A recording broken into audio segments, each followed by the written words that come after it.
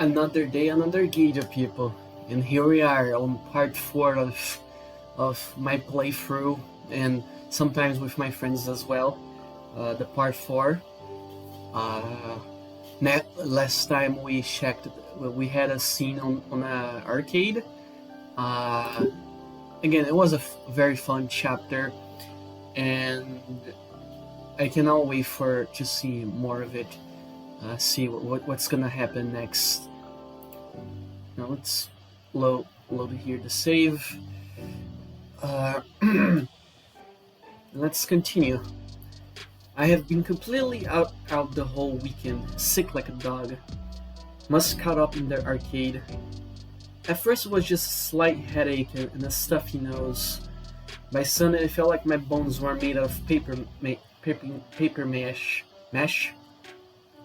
I couldn't even go to school today. Man, this sucks. I shouldn't have ignored the signs. The rapid weather change isn't helped at all either, between the pollen and chills. Worst part is, I'm falling out of practice. I try on and off every hour to watch a drawing tutorial, but within minutes my consciousness is overtaken by a fog and I retreat back to bed. At this rate, I will never actually have the skill people thought I had at the beginning of the context. Between the sunlight obscuring clouds and my own bouts of unconsciousness, it feels like I've been sick for weeks instead of just days. I would have asked my parents for some help, but they still had work, and the most help they could be was simply calling it to school to let them know I was sick. Slurp. Okay, is this like his pajamas or something? Because it looks silly though. It looks very silly. I finish off the cup of medicine I made and go back to my noodles. The only reason I'm even conscious right now is because I figured some soup would help with the splitting headaches. And I have made sure the pantry is stocked up full of cup ramen. I shovel even more instant noodles into my mouth as I lie splayed on the couch, trying to watch whatever's on the TV. Eventually, I decide to set the salty goodness aside in favor of scrolling through the notifications on my cell phone. Of course, I got a few dozen from Damien. Bless his heart, he's been giving me our hourly play-by-play of the school day. Got a few messages from Liz too. She's also filling me in the school I cannot speak today. I'm sorry. She's also filling me in on the school day, albeit not nearly as often as Damien. Even Olivia messaged me, and I feel oddly soothed as I read her well wishes. I suddenly get another notification, this time from Ben. It's a PDF of my homework, followed soon after by a simple get well soon animated emoji. Aren't they and I popular? I'll be sure to thank them in person when I'm better. Another wave of fuzziness washes over me, so I pop a few flu meds and chase it down with another gulp of the lukewarm chicken broth. 3 days of being sick as a dog, and it's only occurring to me that I haven't seen any sign of... I've already got my grocery delivered today, or was that yesterday? Whatever, I push myself upright on the couch, turning sickbed. I'm caring for all the styrofoam noodle cups and plastic wrappers that fall into my carpet. Wow, I really let things get out of hand. My head is spinning as I make the arduous 20-foot journey. A check of the peephole and nothing's there. Or maybe it's a small child. Try Seek Scout Cookies sounds awesome right now. One hand works to undo the locks while I'm focusing on finding my wallet with the other. Them poofy sleeves, if they weren't so Whoa! Sup, you dead yet? Well, we got a Gator jump scare. Oh, Olivia? What? How? What are you doing here? In spite of her cheerful greeting, Olivia shifts to side in her seat, and her knees stutter together. Mr. Yadakan want me to give you the project worksheets for his classes. She pulls her backpack up from behind her chair and reaches in, dragging out a manila envelope and waving it in my face. My dizziness intensifies as my eye attempts to track the rapidly moving object in front of them. Oh, the one about Baroque. Thanks. I'm pretty sure Ben had just sent me those as a PDF. She snores and lets the package go, my hands fumbling together before it hits the floor. Without batting an eye, Olivia pushes past me, as if wandering into someone's house is an everyday occurrence for her. Come on, the project isn't gonna finish itself. Huh? She's already wheeled herself to my couch and set a backpack on the coffee table. Yeah, figured you could use some help on it, or... And bogs at the mountain of junk I have left. I think her nose crinkles, hard to tell from so far away. Damn, Inko, you live like this? My head finally catches up with what's transpired. Olivia is here now. Who? What is it the sudden onset of vertigo? Guess I was standing upright for too long. I only managed to stay up just enough thanks to the support of the wall. What?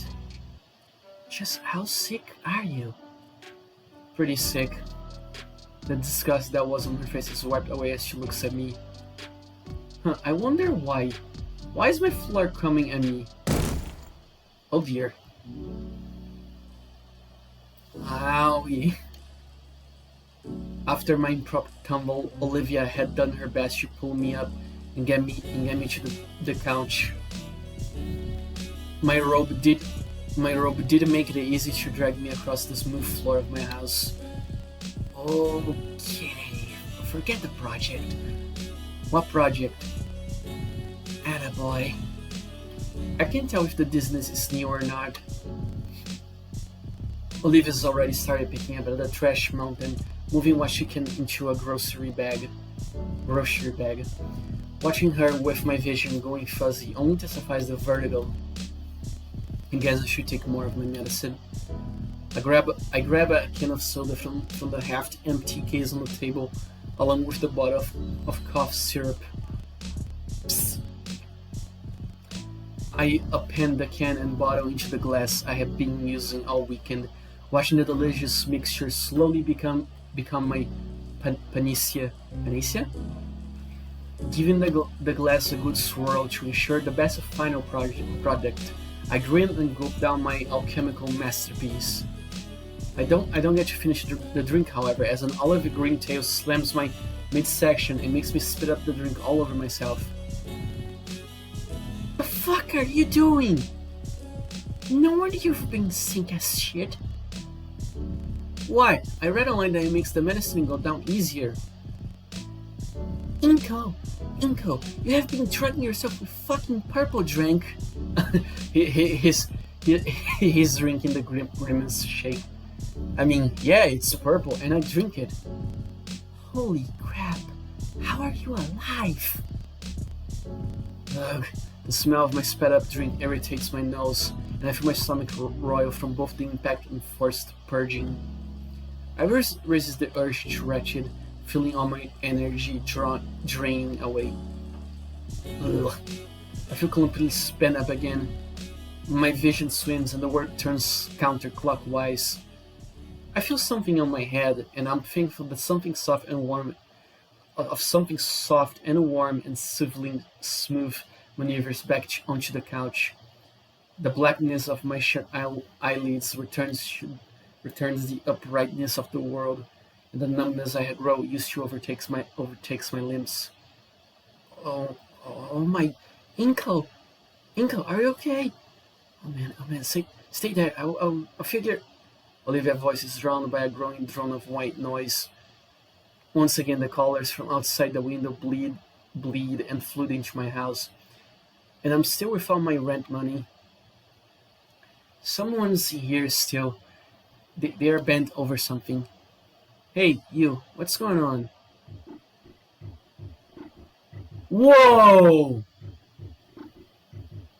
Holy sh! Okay, oh, what?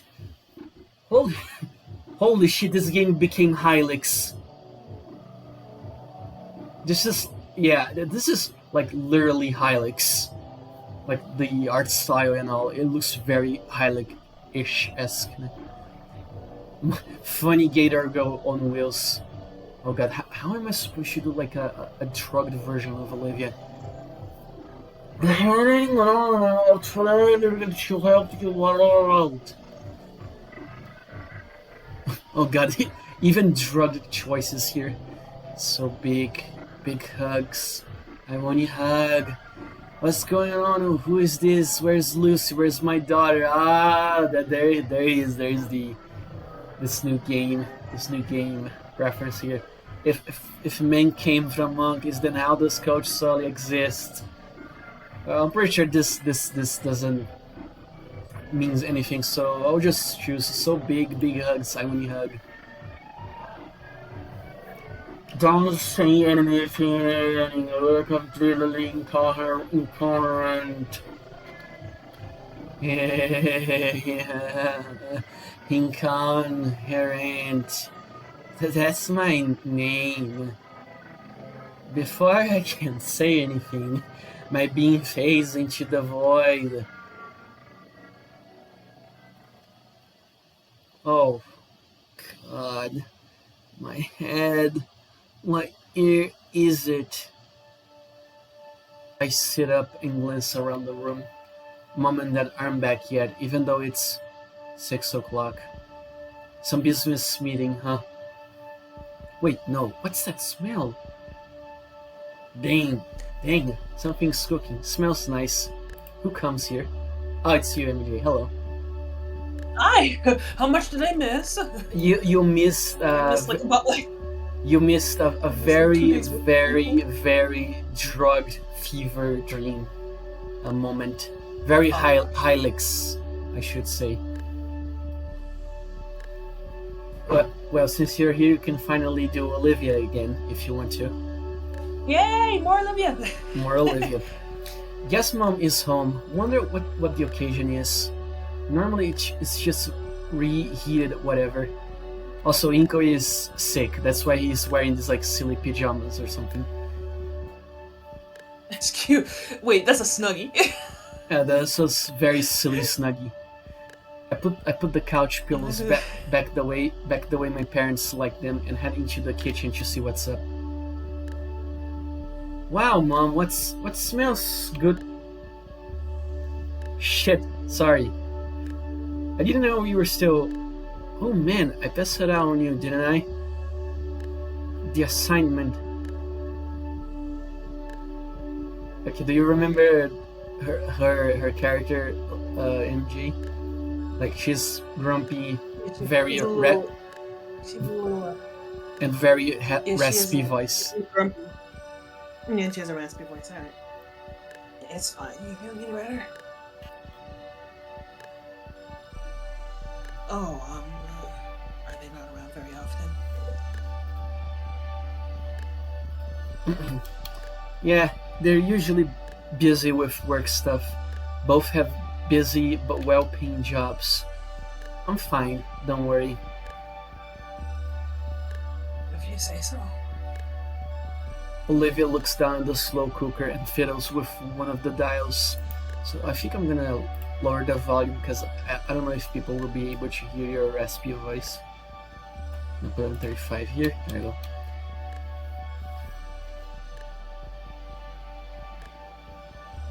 It's you again, Olivia. I know.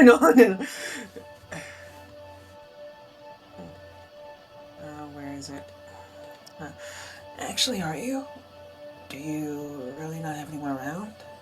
No aunts? Grandparents? No... nothing? I shrug. Like, my mom's gone, my dad's a whole nother story, but at least he stuck with me in the pains. Oh man, Olivia's mom is Olivia's mom is dead. Yeah.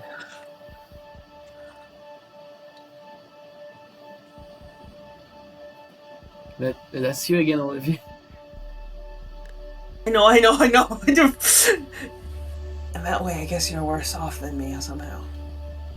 The last part she spoke was quieter, and with her downcast face, I can't help but feel I wasn't meant to hear it.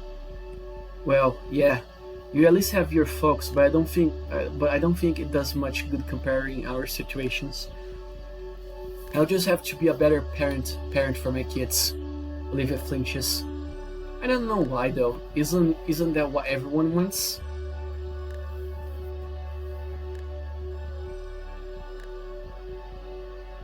You plan to start a family?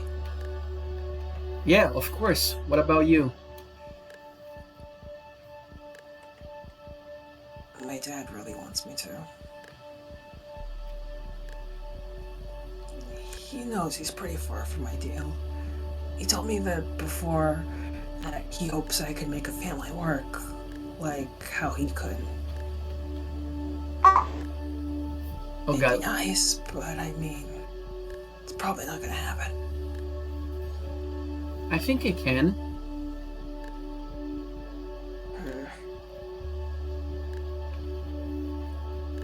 Well, after you collapsed, I panicked. I had to call Mrs. Payne to ask her what to do. If I should call emergency services. She said that when this happens to Damien, she just makes him shepherd's pie and waits for him to sleep it off. I had to root through your fridge to find that you had jack shit in terms of ingredients. And your appliances, too. A lot of places upscale as this would clearly have an air fryer. No, not her doing the air fryer meme. Clearly you do not have an air fryer. Clearly, you did not have an air fryer, Inko.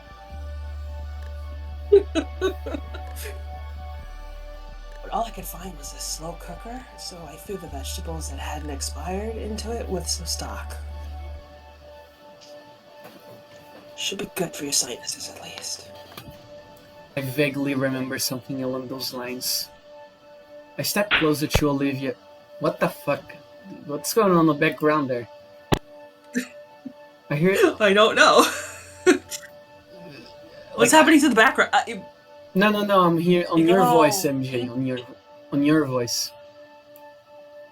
I almost heard like a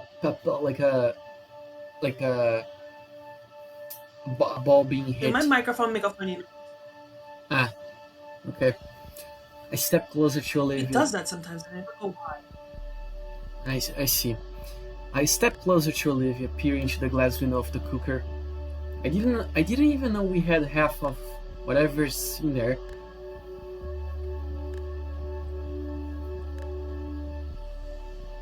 Really?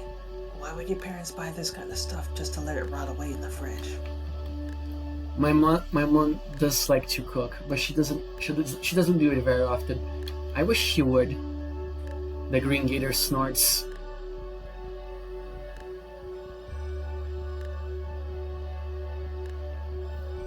Gator. You know, I'm only spoiling it because you're sick. It's not that. I just miss dinner, you know? Sitting around the dining room table and talking to each other. We don't really do that anymore, except maybe on holidays. Olivia winces.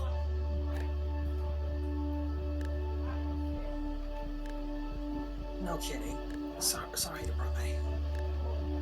I can't help but sigh as I think about my lackluster relationship with mom and dad. It's alright. Anyway, I didn't take you for the culinary type, Olivia. The awkwardness of just standing and staring gets to me, so I choose to take a seat at our island table. Man, these chairs are surprisingly comfy. This is actually the first time the table was even used since we moved in. Thinking about it, Olivia's giving me a lot of firsts now. Kinda wish mom would make me dinner again, like before she got that promotion. Olivia hums to herself as she moves towards the fridge, pulling out the egg carton and scowling after checking it. A what? She's adorable, is what I'm saying. Olivia? How often do you get... Yeah, her. How often do you get groceries, Inko? I ordered it some earlier. Actual groceries, not that junk. Oh. God, that's such a waste of money. Imagine if you could cook the food you like. I try to, but my head starts to get a bit lighter. Though now I can practically taste the salivating smell coming from the cooker. Is this why you're in home S-E-S? Home ec. Home ec. There's another low hum from her as she considers something. I wanted to be ready when I had to have a place on my own. And it's actually really relaxing. Just keeps my mind and hands busy when I'm alone. Plus, it's either this or, bother Mrs. Payne all the time. The cooker pings. Finally, the stew was finished. When Olivia takes the lid off, a cloud of steam erupts with the rich aroma of cooked meat and vegetables.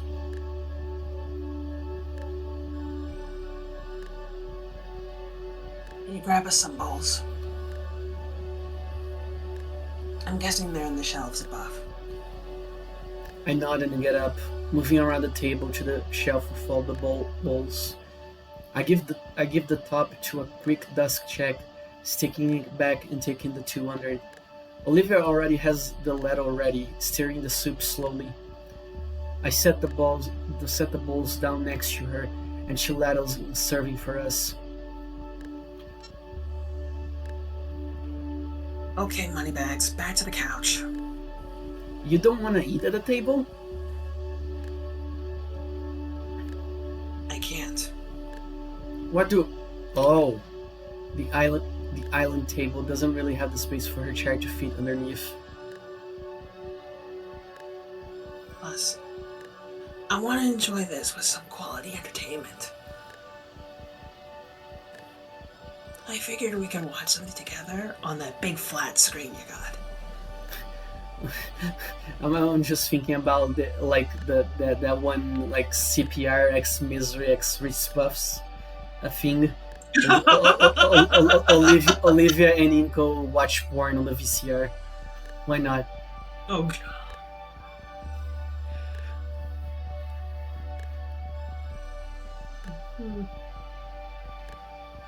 That's okay, right? Sure.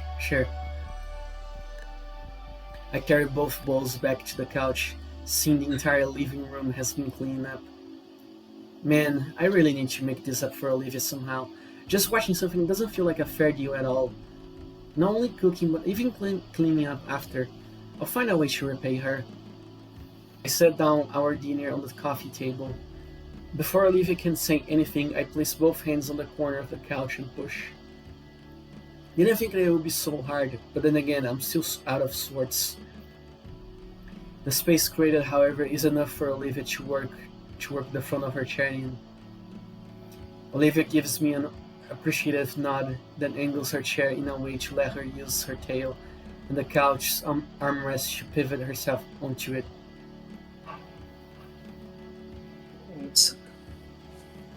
I give Olivia a small nod and a smile as I grab my spoon off the table.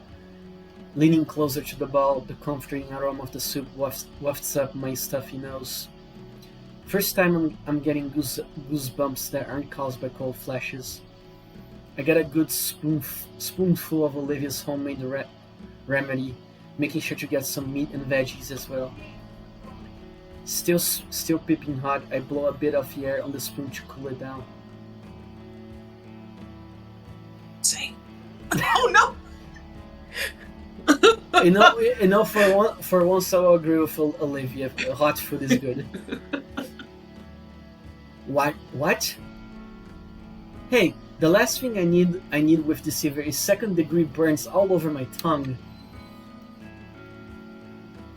Whatever you say. Olive is so cool. Once I feel that's insufficient, that it's sufficiently cooled, I slurp my first spoonful. My dry, tired eyes close in a bliss as the flavors watch over my taste buds, firing them all off like fireworks. To describe it as just being good would be a severe understatement. The stock is rich and hearty. The meat is well cooked. It could easily fall off the bone it came from, and the vegetables gave it a nice aromatic touch. All of it, all of it well seasoned and spiced. It's like I'm experiencing that scene from Comte Tui, Ratatouille. I see. Sensing and seeing the different flavors move and dance around in my mind. For a brief moment, I forgot all about my fever and only felt the warm presence of the soup envelop me like a cozy blanket. Is it good? Like a record scratch, I'm taken out of my experience and brought back to the earth by the Baronix's voice. I look to see Olivia give me a questioning look, idly crunching and munching her soup. I also realize that I'm sucked into the couch, my arms to the side like a rag doll's. Felt like my body was weighted down from both my sickness and the soup. Guess I got lost in the broth.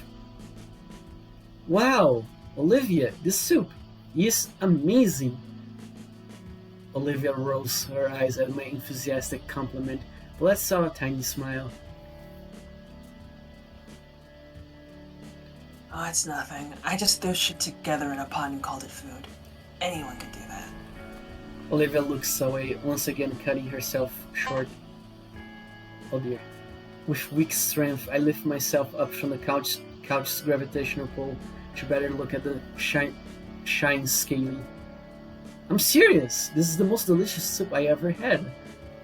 Olivia moves her head back closer to me, but still avoids my gaze. Her smile a little weaker.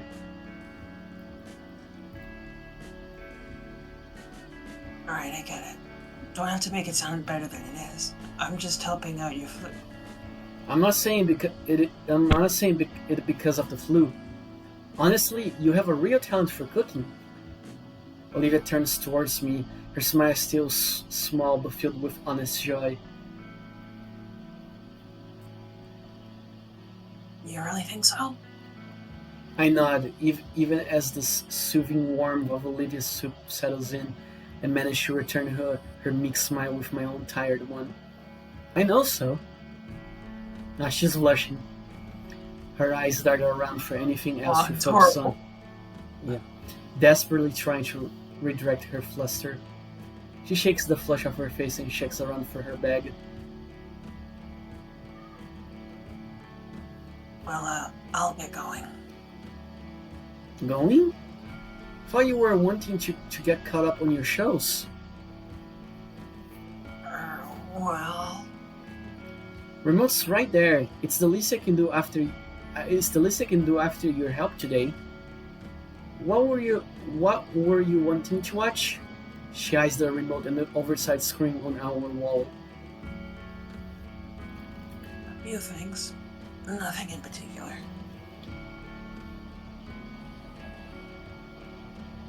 I remember you asking last month for some recommendations, so I've been thinking of a few things you might like. But if you're sick and all, I don't want to. Yeah, I'd love to see what you have. My parents probably won't be back to hug it for another few hours. If they come back tonight at all. So it's a pretty good time. You really sure? Sure, I'm sure. Show me all about the deep cultural meaning of animated dinosaur folk cartoons. You're lucky you're sick right now. Yep. Olivia takes the remote and flicks the TV on. Olivia be like, don't talk about my cartoons that way ever again.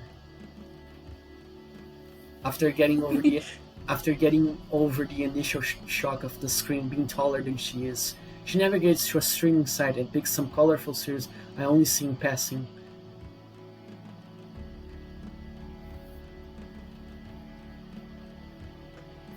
This one has a rough pilot, but it gets better a few episodes in.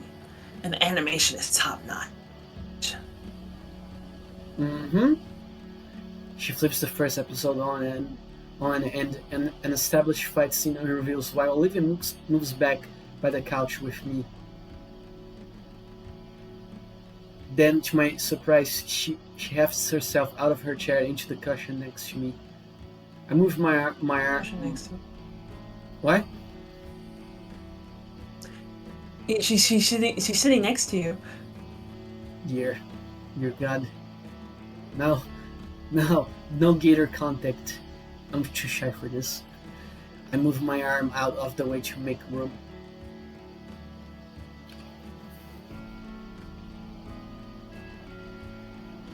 Oh, sorry. Should have asked. Of course you're welcome to sit.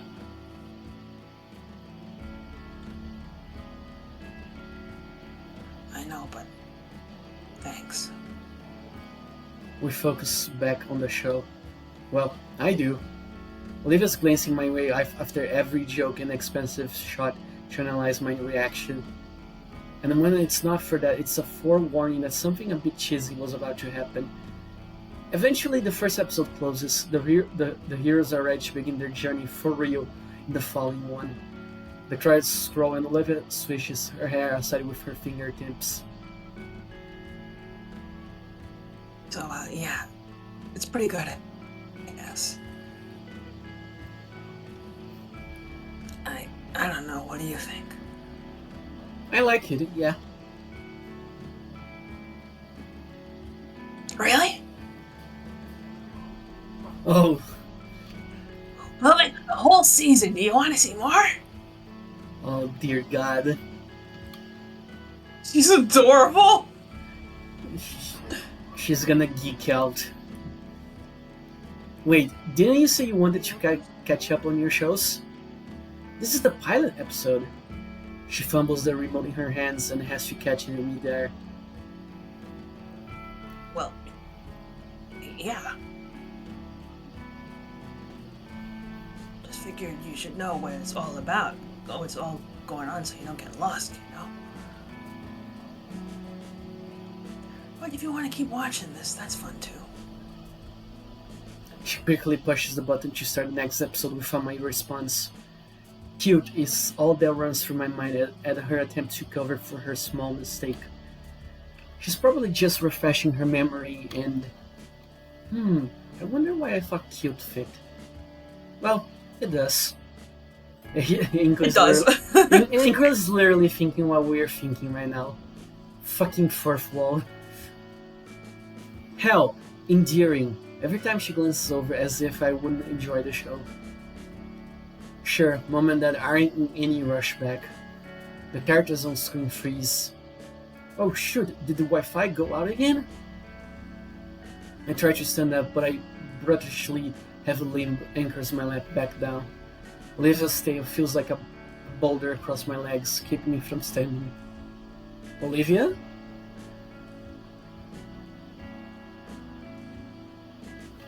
Pause it twice. It does pause it and go. Oh. There's a complicated expression on her face. Yeah.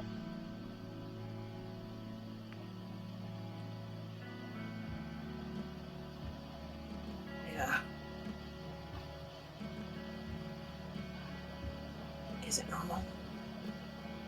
Is what normal? She chews her lips slowly in consideration. Your parents, like, are they not really going to be back?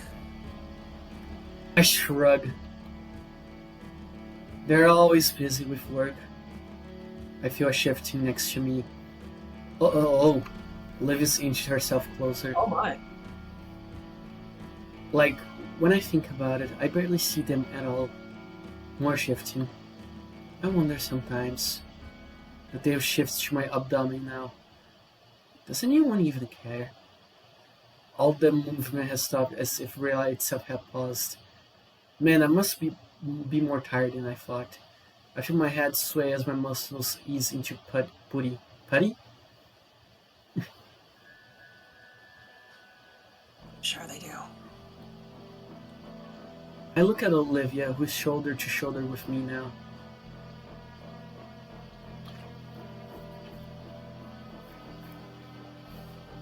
I mean, this kind of thing. Hmm? Olivia chews her lips as she considers her words.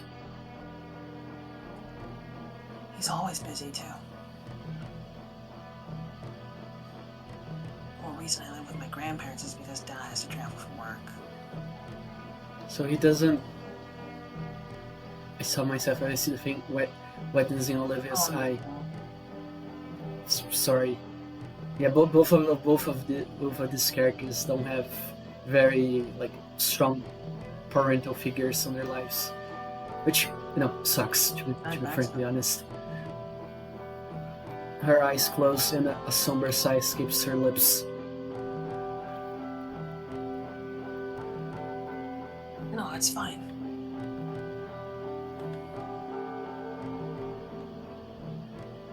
I get it, Impo. There's a silence hanging over us now. I copy after the sweet girl next to me, letting my eyes slide close and a sad breath loose.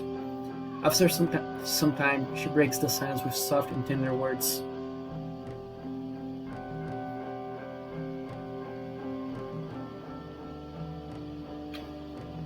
Where's your parents care? Just like that. Why else would they work so much? But what about me? I winced at just how pathetic that sounded. It's for you, you doof. How else could you afford all these nice things? Her words grow quieter as time goes on, and my body sinks into numbness again. Not cares enough to work for my sake. Enough to talk to my grandparents into letting me live with them. They didn't have to, and yet I'm burdening them. My mind connects the dots. Mr. Halford talked Randy and Sophie into it. Which is why I have to be able to live on my own as soon as I can. Because if they don't want me there anymore, that's it for me. I recall just how happy they were to have Olivia rejoin the party. They wouldn't though. They love you like Damien and Vinny. She shakes the morose thoughts from her head and then looks at me with serious moonshade eyes.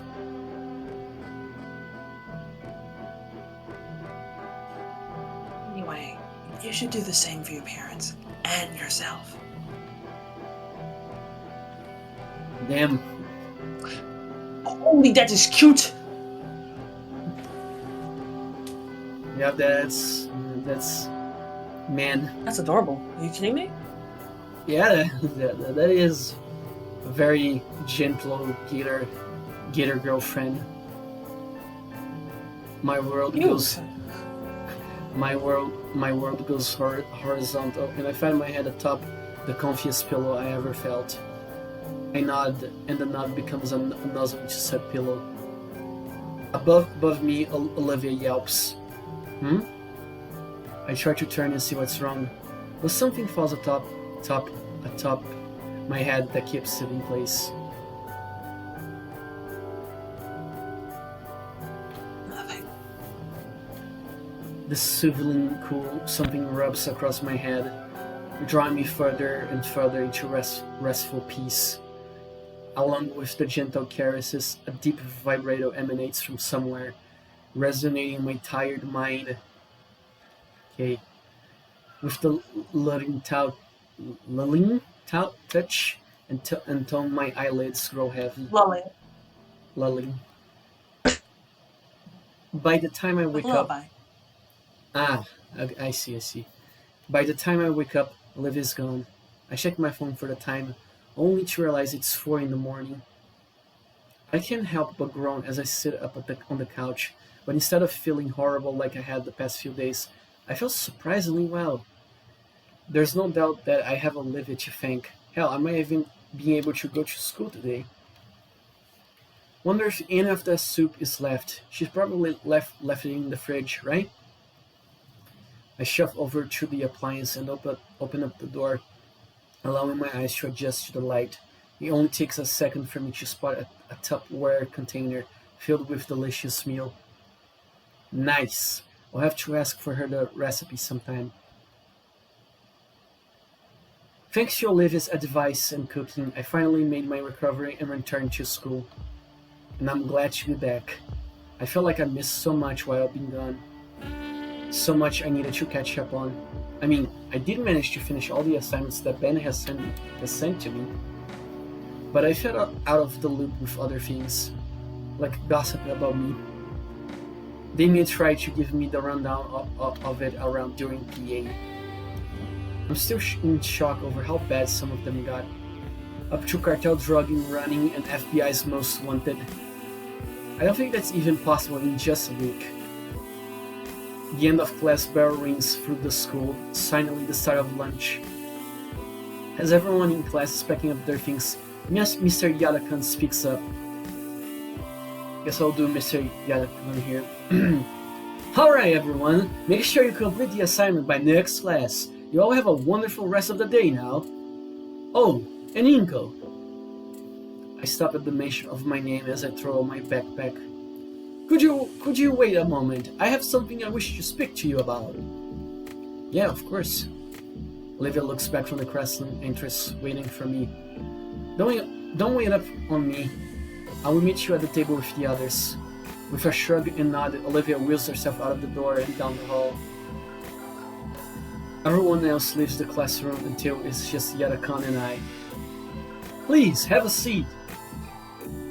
I take the seats close to Yadakan's desk, putting my backpack down as well. Mr. Yadakan himself gets out from his chair and walks around his desk, leaning against it. So, I'll be quick about it. I got a job that needs doing. Up. You miss assignments and need makeup work, and I need some extra help with something. Something I think you will be very interested in. Some good friends of mine are getting married in a few short days, and they have hired me to be their photographer. Given the excellent learning experience, child labor, I thought of you. That didn't get a con. Me? Am I a child? Am I good for child labor? Yes, if you want, of course. I could always call in some associates to help me out, but I thought adding in some extra credit would sweeten the deal. What would you be doing? There's a broad smile on his face and a distant look in his eye. Well, you'll be my apprentice in this case. You will not only be helping set up more elaborate photos, you will also be doing a lot of independent shots. You may not be taking my own pictures? Yep. In fact, you'll be using my SLR-RS and lenses for this, to keep all the shots uniform. The idea of finally getting to use something like Mr. Yadakan's $1,000 Kavon makes my head swim. So, what do you say? Interest? It certainly seems like a hefty task, even if Yadakan would be there to help us. Then again, Yadakan wouldn't be offering the job if I didn't think I was capable of doing it. This would technically be my first official photography gig, and a wedding shoot to boot. It sounds so daunting, yet enticing. I would love to. Alright, sounds like a done deal. It's after school today, we can talk about more later. For now, you should be getting along to lunch. Thank you, Mr. Yadakan. I give the teacher a nod and grab my backpack. Just ahead of the door, my curiosity gets the better of me. So, who's the lucky couple, if you don't mind me asking? The school nurse, actually. The husband-to-be is also a good friend of mine. Huh, neat. I make a mental note to give him... I make a mental note to give my well wishes to the nurse if I see her before the wedding. With that, I wave Mr. Yadakan goodbye and head down the hallway. Wait, Friday? But I was going to practice the painting then. Ugh, I already agreed to. Even if I didn't, it's real photography. It's not even a question which I should go to, but geez. It's like the universe is conspiring against me to never stop drawing stick figures. I finally met up with Olivia, who's waiting near the edge of the cafeteria. The grassy green girl is leaning over, a sour pout scrunching her mouth close as she eyes the passerbys. When she notices I move into her airspace, she perks up immediately. Seeing the I'm the only one that matters to her, apparently. Seeing the transformation is surreal, and I chew up on my cheek to keep from laughing as I watch her muscular tail wag happily. Finally, it took you long enough. Yep, sorry that took so long. You didn't have to wait for me, by the way. I can manage if it means eating with you. I almost read that as eating you. I was like, no, Olivia, calm down. Oh no, not we're not this kind of game. Not yet. I can feel a smile tug at my lips just from hearing Olivia say that. Mind if I push your chair in?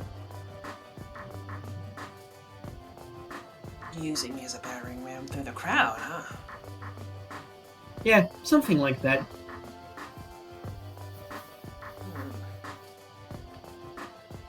I want to use that wheelchair. Alright, but only because you asked. Give me your backpack, I'll use it as a shield. When I grab the handles... Wow, there's some people! Woo! When I grab the handles, Olivia moves her tail up to grab my wrist like at the arcade. When's the arcade part? Alright, charge! Yes, ma'am! I knew it. Strike! I start marching through the crowd of unruly and famished teens clamoring for their daily meal. Olivia turns her head to me to say something. So, what happened with Lanagan? You in trouble or something? Huh? Oh, nah. Yarakan just had a proposition for some extra credit. Really? What is it? He wants me to join him at a wedding and help him out with a photo shoot. Says he thinks it would be a good learning experience. Oh, well that sounds pretty interesting. Did you take it? Yep, could be a good way to hone in on what I know. Plus, the extra credit can help make me up for the time that I was sick. You mean when you nearly overdosed on that cough syrup cocktail you made? Yeah, that. Wait!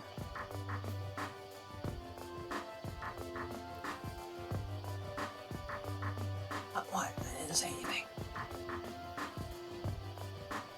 Crowd's too loud here. The Barunks chuckles to herself. I'm left rolling my eyes. Oh, baryonyx! She's a baryonyx! Cool. She is a dinosaur. A crocodile dinosaur. Gator dinosaur.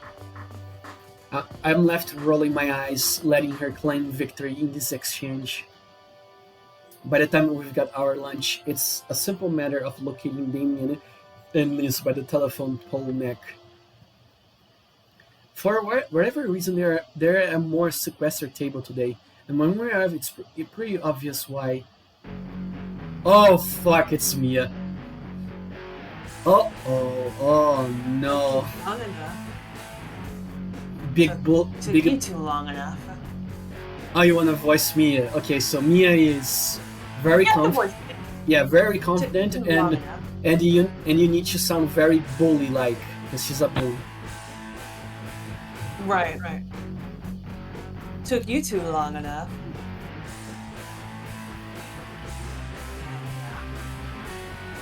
I expected more from Olivia, something more graphic. Instead, Olivia rolls herself the rest of the way, taking her designated spot at the head of the table. I take the spot adjacent to her, all while keeping a wary eye on the pink parasol. I can pronounce shit.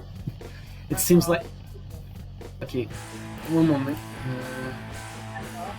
Okay, you posted the Baronix thing. Yeah. Yeah, Baryonyx.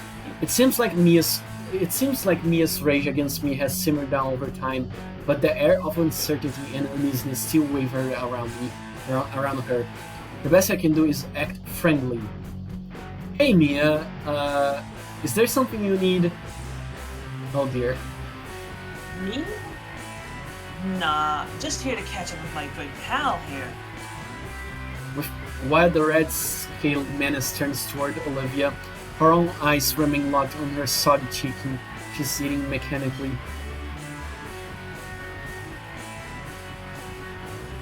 I thought you were asking this for homework. I think you should speak a little more loud, MJ, if you don't mind. Oh, I thought you were asking Liz for her homework. No. Much better now. Anyway, back to. Alright, here guys.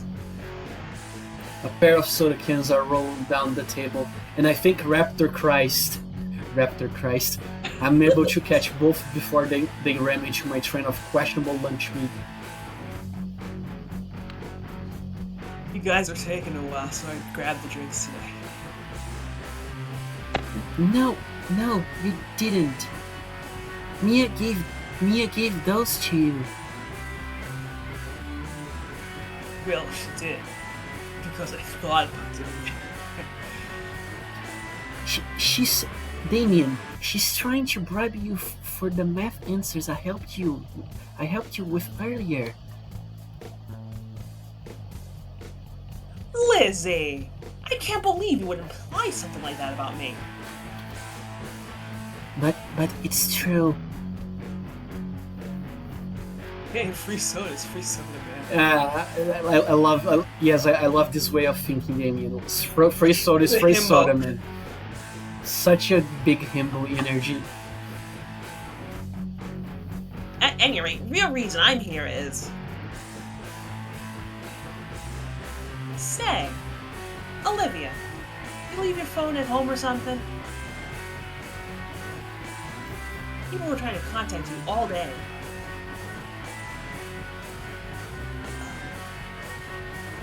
Olivia pulls her phone out from her jacket pocket. I catch a glimpse of her wallpaper, a comical portrait of guts that she had probably doodled.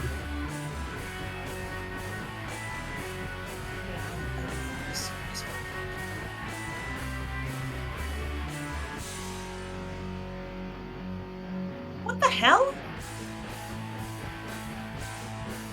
You don't got a proper monthly plan? I got more important things to be doing this than this, you know? If they want to see Olivia so bad, why send you and not just show up themselves? Shut it! Who's so important for all this anyways? Who do you think? Ben. That's Ben, they're both together, you know. Ben wants to talk to Olivia. Why does he want to talk to Olivia? Is this 20 frickin' questions? How the hell should I know that what's really going on between my boyfriend and Hot Wheels here? All that matters to me is if Olivia here is gonna fix it or not.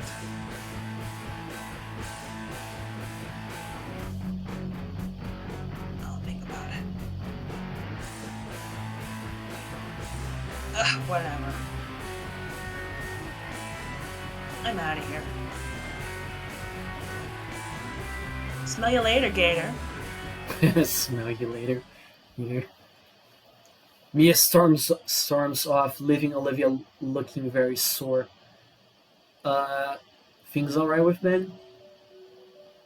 Olivia rests her arm on the table and slumps her head in. Don't want to talk about it. Where did her brain mood from before go?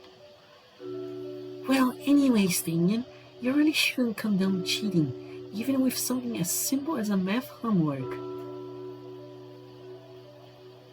But you helped me out with it. That's different. No, it's not, Liz. You're doing this because you love you love this himbo. Don't lie. She wants him. She really wants him. I helped you with it, and I think you are getting something out of it. Like the answers, yeah. Yeah, thank you, Damien. What I mean is, in comparison, Mia just trying to be lazy, and she's only cheating herself. What's the issue then? What's the issue? Yeah, I get free soda. Someone you hate tricks herself into staying stupid, and everyone thinks they win. It's great. You scare me sometimes, Damien. Guess I'll have to ask Ben what's going on if I see him later. Yeah, I ship Damien and Liz so hard. Jesus Christ. In the meantime, Olivia's disposition only keeps getting more and more dour. I try to think of something to help her cheer up, but I keep coming up with dead ends on what just could work here. There's gotta be something. I can't just leave her in such a sour mood. Oh, how about that? Hey, so, what's the deal with your phone background?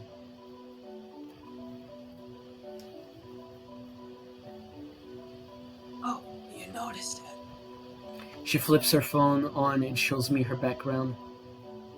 Oh, it's a little dude of Guts, which, by the way, Guts is Olivia's pet rat. Oh. Yeah, I drew it up the other day. Got the curves just right first try, so it's pretty cool. I'll bet. Is he with you today?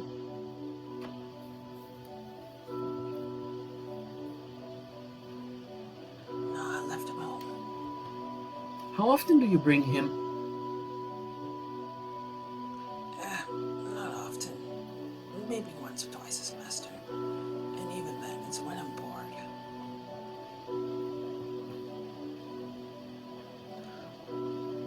Although once he was just in my hoodie when I left for school. Unexpected.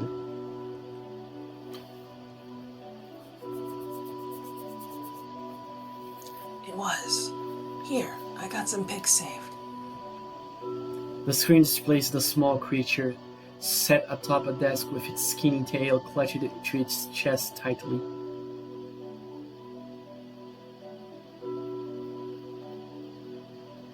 I don't know why, but he holds his tail like that all the time. Which I'm pretty sure is a reference to Berserk, since you know the rat is called Guts. I feel Damien and Liz hovering behind me, their eyes locked onto the adorably fat creature on screen. I don't know who coos, probably Liz, but Olivia rolls her eye and swipes to the next picture of the cute pet, now in a transparent ball and looking confused. For the remaining minutes of lunch, we just sit or huddle around Olivia's phone, entranced by her sweet little rat as it did the most mundane things. Yet, Guts' method of doing them was way too undeniably cute, and that's what really got to us and made time fly faster than we could even notice. Bing bong. I blink a couple of times and stretch my arms and legs as I get up from my desk. Miss Sprockling really knows how to make 40 minutes feel like 80. Well, at least it's time to practice painting for real. Wait, no. Yadakan roped me into the photo shoot. Can't practice painting, can't get good at anything. Why is every time I try to actually improve, something like this happens? At this rate, I'll never get good enough to get a real following. Jesus Christ, you're beating yourself too much, man. I haven't got to actually have a Take it easy, bro. Yeah, take it easy, bruh. I haven't got to actually have a whole afternoon to practice at all. Still, there's no way in hell I'm missing this. I ended up meeting with Ben and Yarakan right as he was locking his classroom. If our teacher made the assignment, internship, apprenticeship, while he had made it all sound simple, I was still subject to some paperwork. Something about liability waiver or something. You know, in case something happened to us, like a surprise attack by 5 teenagers in multicolored spandex. I wonder if that happens often. We still filled the form out as the instructor gave an overview of what just exactly Ben and I would be doing. There's few structures out here, save for one at the edge of the cliff. Ben is the first one out of the cramped car with an armful of telescoping black stands. I follow his example, unloading the vehicle. Oh, they have cameras now. Alright, you two, you remember what we were doing tonight? Yes, sir. After we set up a photo station in the corner of the hall, we'll be taking turns walking the reception, taking pictures of the guests. Perfect. I'll be with the wedding party the entire time. So, if you need me, just look for the gaggles of similar dressed women screeching and you will find me. Thank you, Yadakan. He grins as he helps carry the last of the lightest equipment from the trunk. Remember, this is actual work, so be polite, be efficient, but most importantly, Ben and I sit upright at attention, ready for any order our teacher will give us. Have fun. But trust me, the clients will appreciate it more. Oh boy. I'm pretty sure we're gonna have a moment with Ben here that's gonna move the story forward. But that's just my guess. Yeah, possibly. Possibly. Finally finished with the unloading, I inhaled the mixed aroma of ocean and flowers.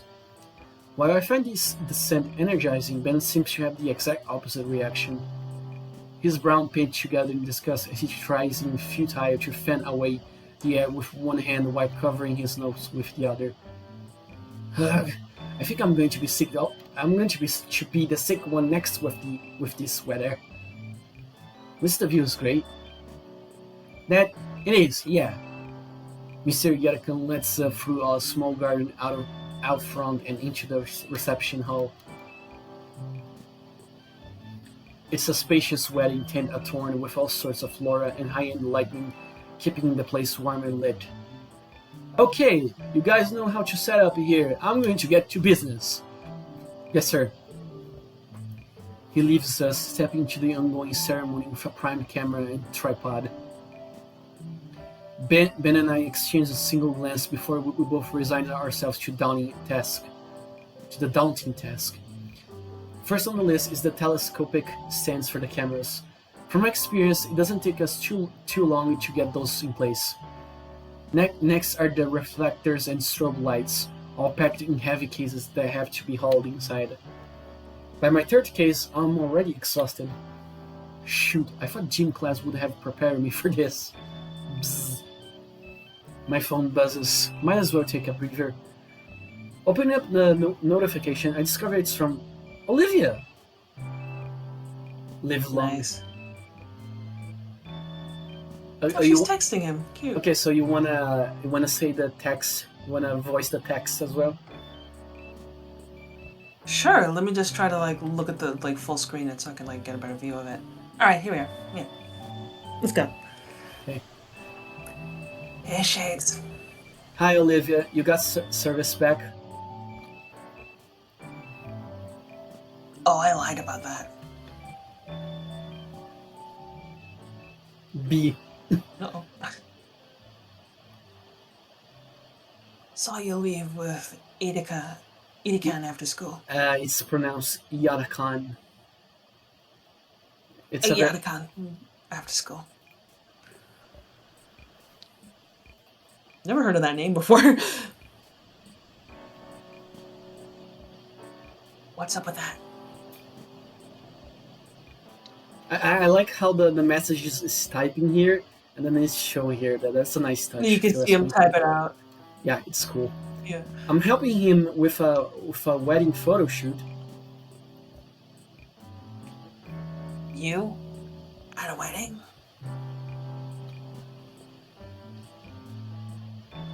Did Yanakan give you a better jacket for it? My jacket is cool enough. So, where at?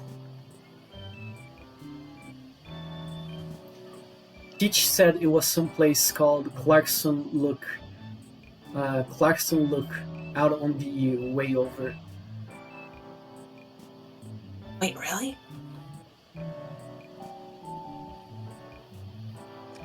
That place has a bunch of scenic views.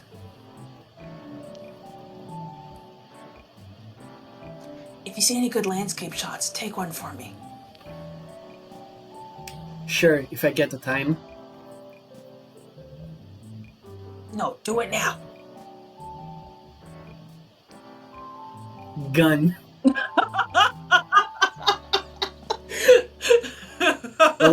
Olivia. Gator on a wheelchair. Gamer. Very talented in art. Big shit poster.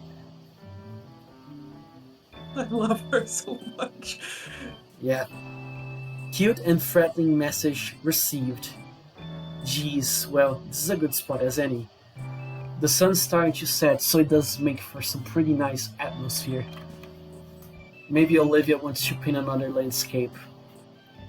In the distance, I see a few sailboats and yachts. Furthermore, a freighter or two. The sea's sure a crowd these days. I take the picture and I send it over to Olivia. Thanks. I can't picture thinking me like that in reality. The thought alone of her doing something is so a sweet a manner.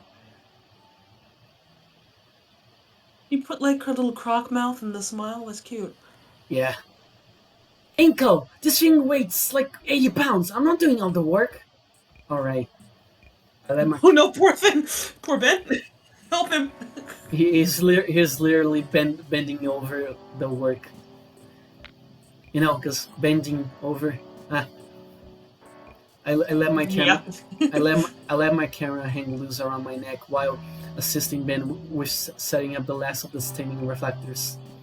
Setting up meant not only the cameras but a large chunk of the incomplete decor prep, which meant carrying out loads and loads of heavy cases, loaded with strobes, reflectors, clove sheets, and so many telescoping pole stands.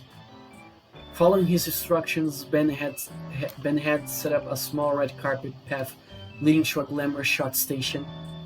And meanwhile, I was fishing, making sure the marked out spots within the room had the right combination of flash strobe and or reflector. By the time our teacher had come back, I had just placed the final light in the position. As guest starts walking down Ben's handmade path, a skirt along the edge with borrowed height and camera. The DSLR's clicks are muted compared to the sharing guests, and while I think I managed to catch some decent shots, I'm just not really feeling it today. Is something wrong with me? And voila! Ben was having a much easier time working in the makeshift studio we built in the corner. Couples who would simply walk up and stand before the backdrop of the massive window to the cliffside and ocean. And Ben had the brilliant idea to not only set up Yadakan's load camera, but also his own, so he captured the couples from two angles at once. He looked happy with each and every shot he took, and the people always chatted him up right after. And here I am, doing my best not to scowl as I look over the blurry shot I had messed up. Blurry because my hands are shaking. I guess I'm nervous. I hadn't noticed till now that my main message app had been going off.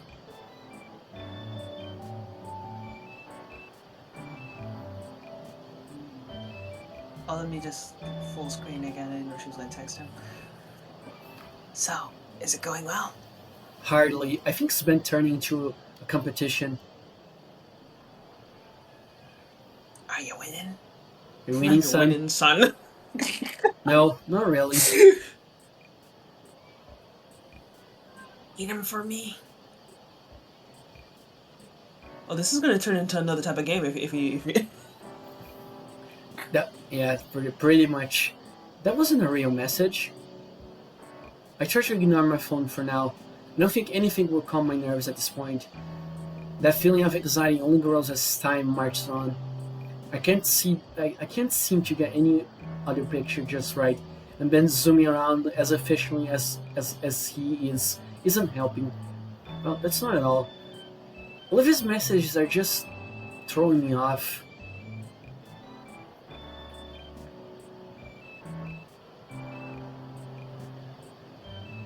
Jesus Christ, Olivia, calm down.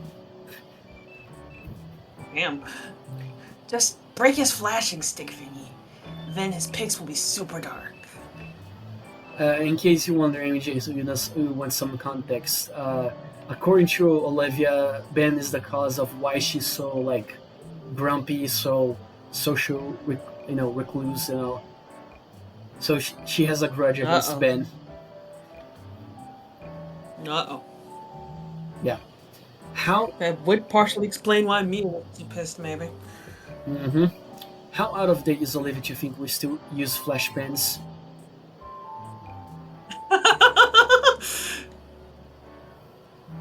Or lock him in a bathroom or something. I don't think that's sportsman's like, or legal. Oh yeah, I just remembered. I need another pic.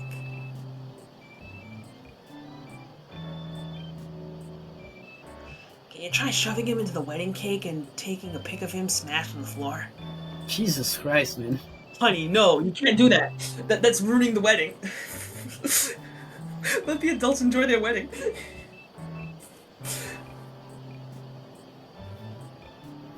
Okay, it's you I again. need it for,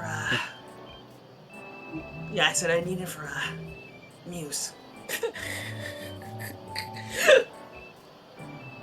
That's,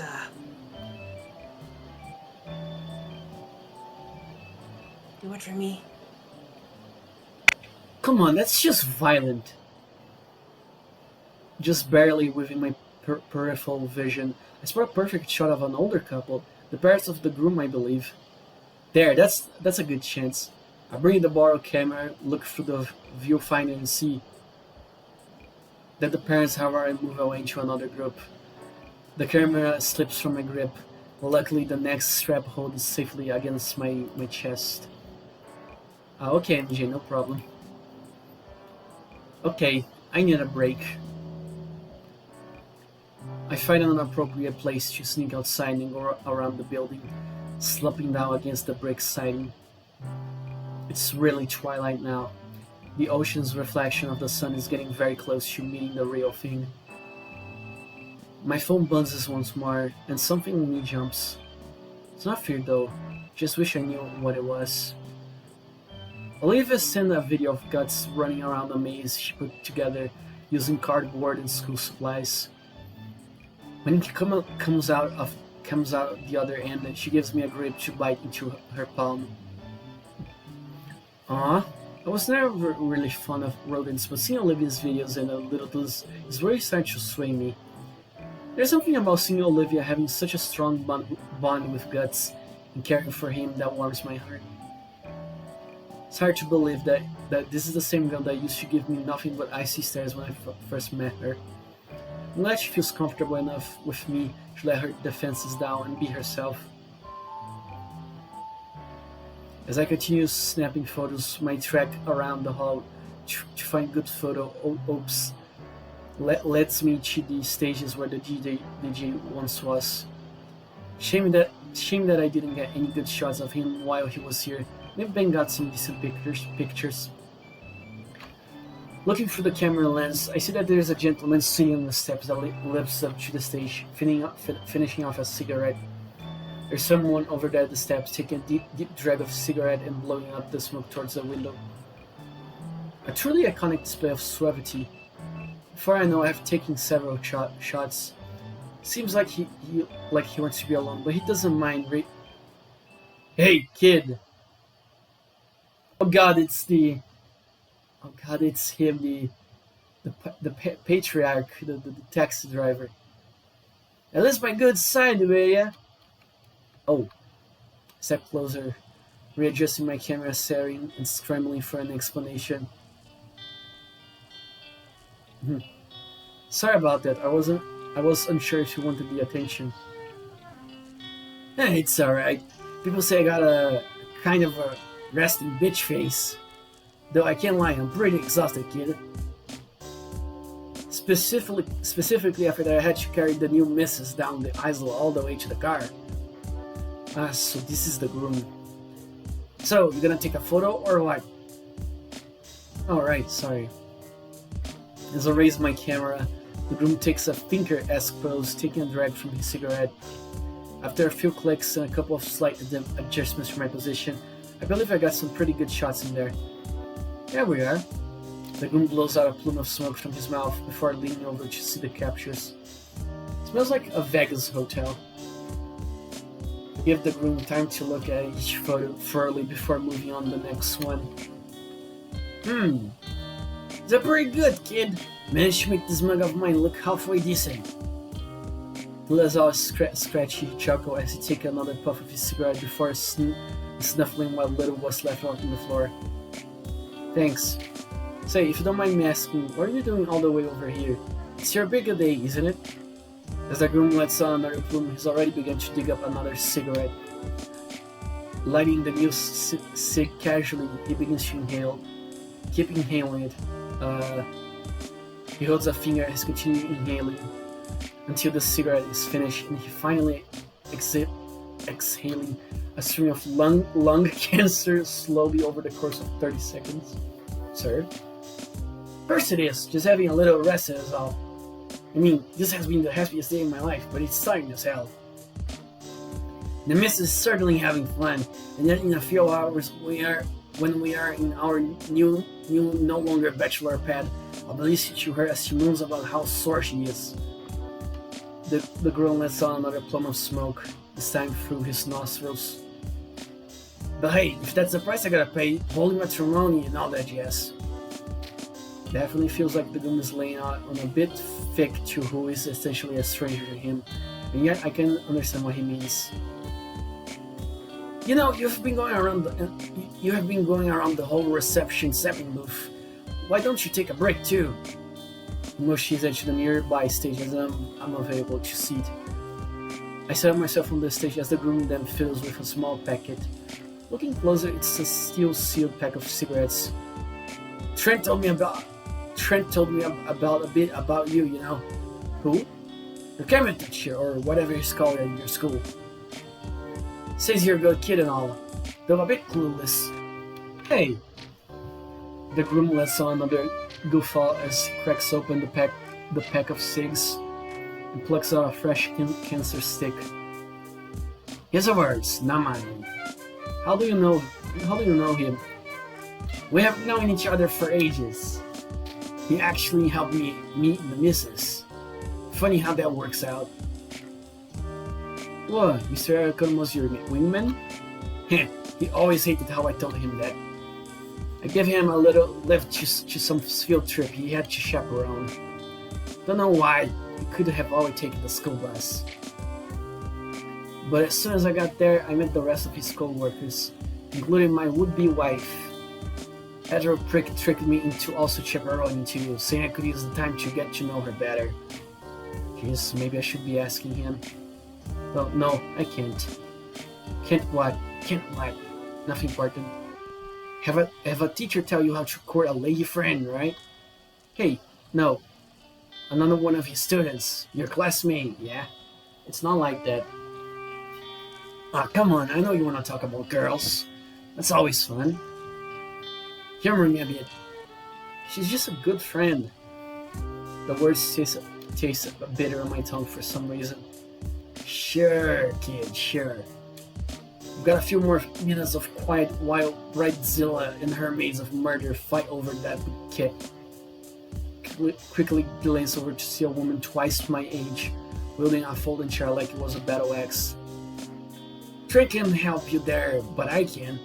So this good friend of yours, what's she like? Well, it's a bit of a complicated story. Oh? I mean, when I first met her, she was very cynical and sarcastic. When she's still sarcastic, she's still sarcastic, but in a light-hearted way. Even with her friends, she was a little distant. When she's painting or gushing about some franchise or obscure anime, there's this unashamed excitement and passion. I haven't met anyone with that kind of energy before. Once you get to know her, she's just nice under it all. That everything? Well, yeah. I think she drew me carrying her once. Well, shoot. Sighs the ring of his ring and holds up to me. You want this? It sounds like you need it more than me. Kidding, I'm kidding.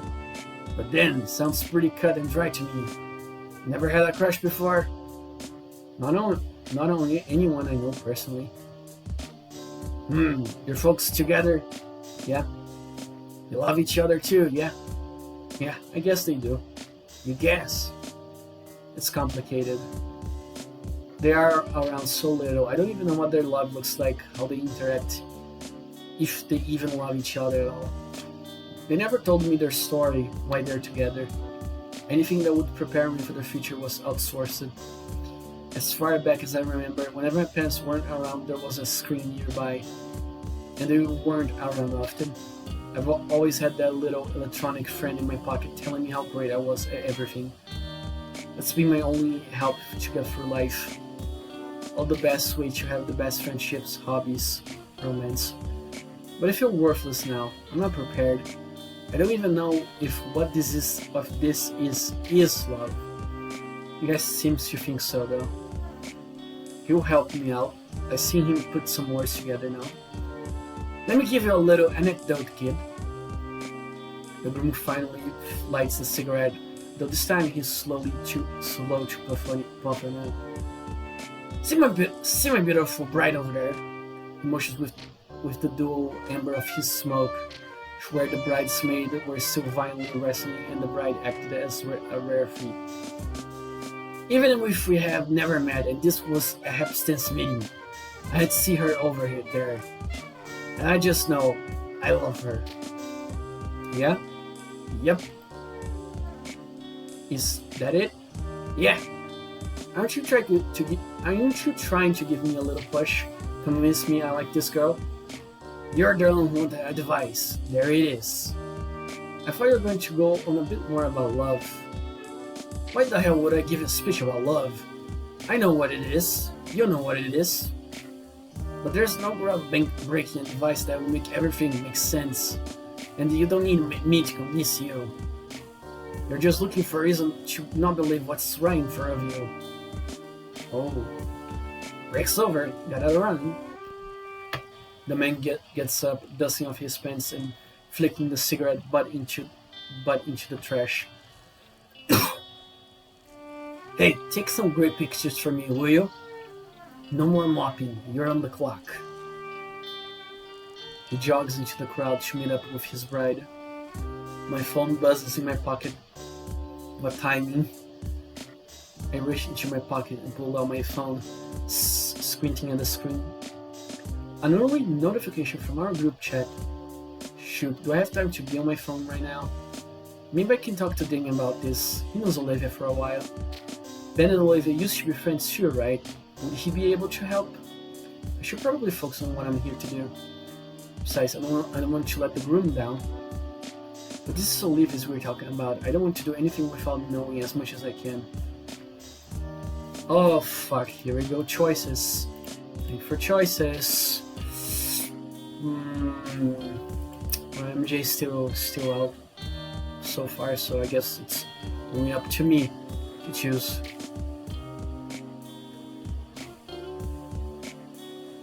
About Olivia.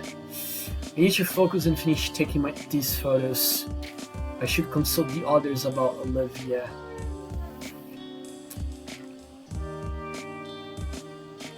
I mean, it would not be a bad idea, especially if you consult like Damien or Liz about it.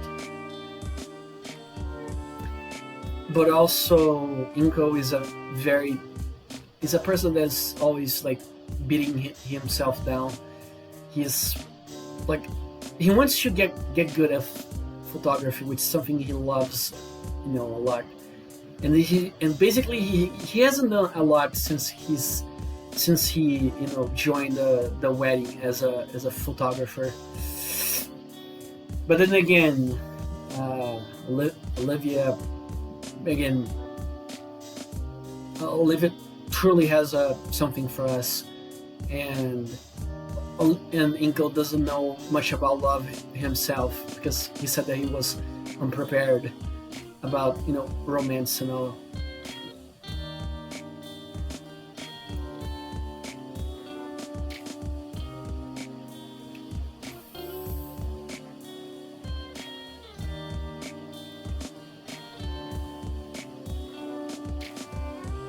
I will consult the others.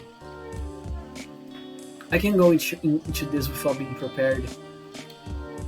I really don't want to let Olivia down, especially after all I have done for her. What kind of things does Olivia like? Hell, what kinds of things do girls in general like? I may be able to find some pointers online too. No, don't do that, man. By the end, I can be a good boyfriend. I just need to figure out how. When I reach for my phone, my fingers brush the camera that's still hung around my neck. Wait, I still need to take this picture, so I can just drop this. I can just drop this entirely. And I definitely don't want to let Yara come down, even though I'm not that good. Oh, Ben's been on top of his game all night. Even now, he's still snapping up shots, so I'm sure Yara can have enough by the end of the night. It's not like I'm offering anything crazy valuable here. I meander to the far wall of the hall and find a way to slip outside. Phone in hand, I scroll through my previous calls to find Damien. You have all the info I needed. And he called me the other week to ask if the following day was a school holiday. On a Saturday. Aha, here it is, just what I needed. And now as I listen to the dial tone, all I can do is wait. Come on, pick up. The cold evening air of autumn nips at my skin, with a slow breeze ruffling the branches of nearby trees.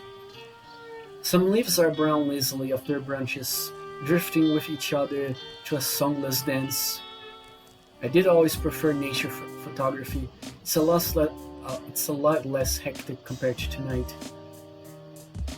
Hello, Payne residence? Huh? Oh, sorry, Mrs. Payne. I thought this was Damien's phone. It is. He left his phone on the table while he takes the trash out. One moment.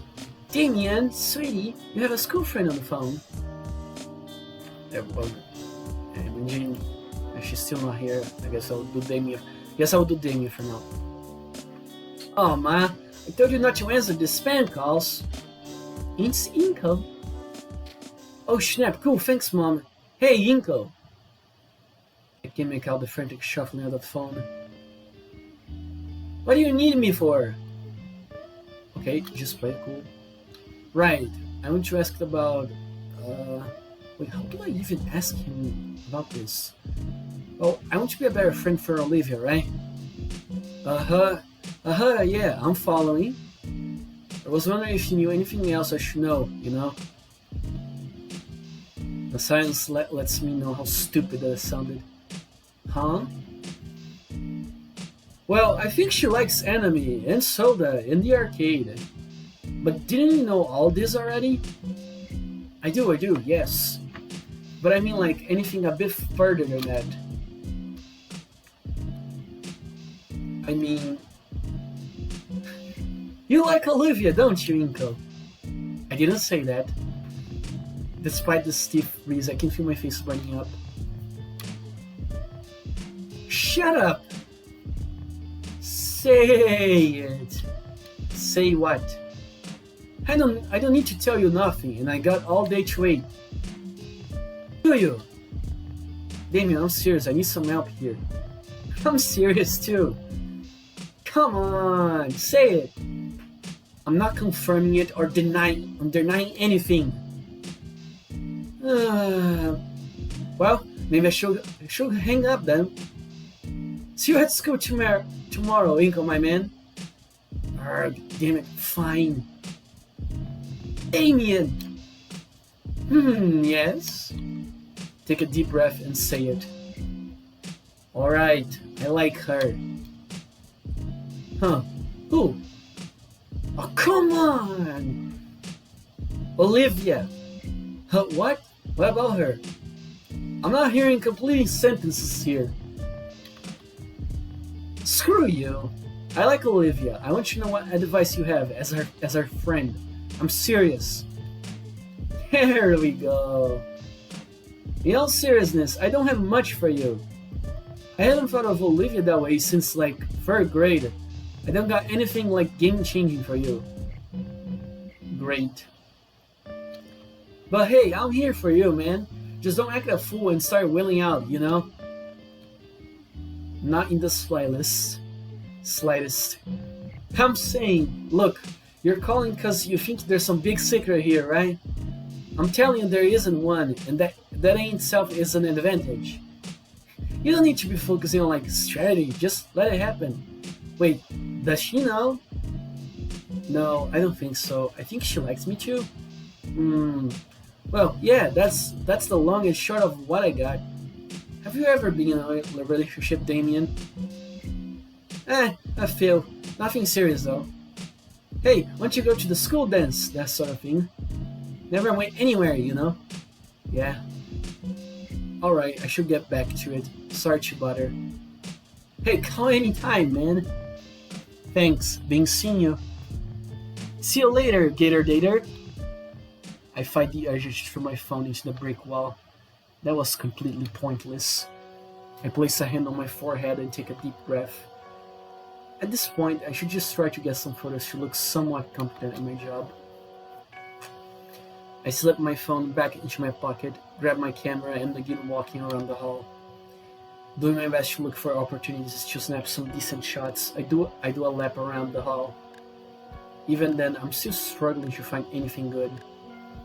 It isn't long before I notice Ben across me, and from the looks of it, he's managing a fair bit better than I am. Not only is he finding better shots than I am, but the guests are going to him to ask for shots.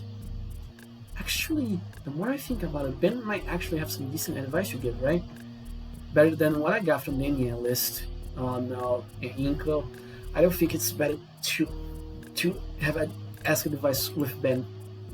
I don't think it's a good idea since now Olivia and Ben hates each other. I surreptitiously maneuver around the various wedding goers, impeding my path, trying to get to Ben. Eventually, I have an opening while Ben's currently taking a picture of another couple by their table. Not want to see. Oh, hi, MJ. you miss a little bit of dialogue. Oops, sorry about that. Nah, that's fine. That's fine. Not want to see him like I'm lost. I try to blend in and join him. I get near Ben and get down on one knee to take alternate glance shots of the couple. As if he had a sixth sense, Ben quickly noticed my presence, shocked that I was next to him. Inko, what are you doing? I just want to get some alternate shots for the lovely couple, just in case they would like them, you know? I gave off an awkward laugh, though it's not amusing to Ben. It gives me an icy glare that sends shivers down my spine as if I clearly stepped into his territory. I think it would be more efficient if we're in different parts of the venue. What if there are people over there that want their picture taken? If the people over there wanted a picture, I wouldn't be here in the first place. Ben wordlessly go back to snapping photos. I get back to my feet and lean close to the preoccupied Parasaurolophus to talk to him. Look, Ben, I need some advice. Thank you, young man. No problem, man. Finish with a couple photos. Ben turns around and begins to hoof it down the venue to look for more photo ops. I match his pace in order to keep up with him. Advice, you say? It's about Olivia. Mentioning the very young youngins, very nonics. stops Ben dead in his tracks. He turns around to face me. What about Olivia? Well, it's just that I take a deep breath to steady myself. The thing is, I think I love Olivia. Ben's face grew confusion to sheer surprise, his eyes going as big as his glasses. Wait, what? Are you serious? Of course I'm serious. And since you have known her for longer, I figured I could ask you some things about her. Ben? Ben! Well, sorry, I must misheard you. You said you were in love with Olivia and I did, or I think I am. Look, I don't really know, but I'm asking for some help and the barrister claps his hand on my shoulder and smiles broadly. This is wonderful news. Olivia has always been a bit of a loner, but to know that someone likes her like that is just fantastic. His arm wraps around my neck and he starts dragging me away from the wedding crowd. Okay, right, so you want to know more about Olivia, yeah? We used to be the best friends way back. I paid close attention to Ben as he went over his history with the girl I may or may not love. Part of me wanted to take notes on my phone as he listed down all the shows they used to watch together. By the time he hit the cues, I noticed that some of the guests had left. Should I be writing all this down? I think it will be fine. Unless Olivia has changed music tastes in the last 3 years. 3? Aren't you talking to her these days? I mean, not as much as I used to. It's been a while since we had a sit-down. Wait, but Mia came and told us you wanted to talk with her at lunch. I have no idea what you're talking about. Huh. I thought you were above gossip, Inko. Sorry. Anyway, Olivia and I don't talk much, but I think we should. Hell, if I was around more, I could have helped you two get to know one another sooner. Maybe even... A shrill cry interrupts us. Across the new light heads are in some altercation. I guess it's the time of the night for the groom to carry the bride out, but for some reason she's riding big back like a grade schooler. He laughs to himself maniacally, while she complains and holds onto his hair to keep balance. Well, their relationship isn't going to last. Inko! Yeah, sorry. Back on track, what's important is that you always be mindful of her condition. Her condition? You know what I mean. Olivia absolutely hates special treatment, and it can get to a point where that itself is a burden that hates down her friends. Refusing to accept help to the point she becomes a problem for those around her. Ben sighs. I would know. Are you talking about how Olivia tries to do things on her own? Yeah, like for all the times I have tried to help her out, she just gets all pouty and silent as if I was stepping on her toes. No wonder people try to avoid her, you know? You just can't keep pushing people away. I care about Olivia, but she doesn't do herself any favors. Truth be told, I'm a bit excited to hear this from you. If you could get through to her, we could be friends again. I'll be definitely doing it right this time. I don't want to impose anything on her. That wouldn't be right. Well, see, that's exactly what you want to avoid. Otherwise, your relationship is going to be one-sided. One-sided? Relationships are all about mutual respect for one another. Anything less than that is unreasonable. Without that understanding, it's doomed to fail. And one thing to understand Olivia is that her condition needs special considerations, one that she doesn't fully agree with. So you have to account for that from her, otherwise it won't work out. Is that why you two stopped talking? Alright, boys. Alright, you boys ready to pack up? Pretty long night, huh? There you go. Our teacher looks haggard as he walks up to us. His wings are dragging on the floor and he's propping himself up with one of the light sands we brought. Despite his exhaustion, he's grinning widely. You two enjoy your first work experience? Oh, absolutely, Mr. Yadakan. I managed to load up both of the memory cards you gave to me, and I even managed to try out different kinds of lenses you had brought. Good to hear, Ben. What about you, Inko? Well, if I'm being honest with you, I wasn't on my A game tonight. Well, I suppose it is a tough order to side with. So many things to account for, and no, I meant that I didn't really get that many good shots, Mr. Yarkon. Didn't even finish the first card you have given me. I see. Well, when we go through this next week, I'm sure that they will be fine. Ah, definitely. The groom saunters up with a huge grin on his face, slinging an arm around our teacher's shoulder. I can't wait to see these. Yelika strays up and shrugs the arm off, turning to the newly married man. You see them when you see them. My team still needs to go through all the pictures and weed out the chaff. Oh, come on, T. Can't you give your boy a preview or something? Yelika sighs a bit. Hey, it's your special day. Ben, could you go fetch the laptop and card reader? Yes, sir. Inko, while he's doing that, can you start packing up everything into the trunk? Sure thing, Mr. Yakan. Before I turn on to start, the tired Peter takes the camera from me. We can sit at the table over there. The two older men head off, leaving Ben and I to get started on packing up everything up.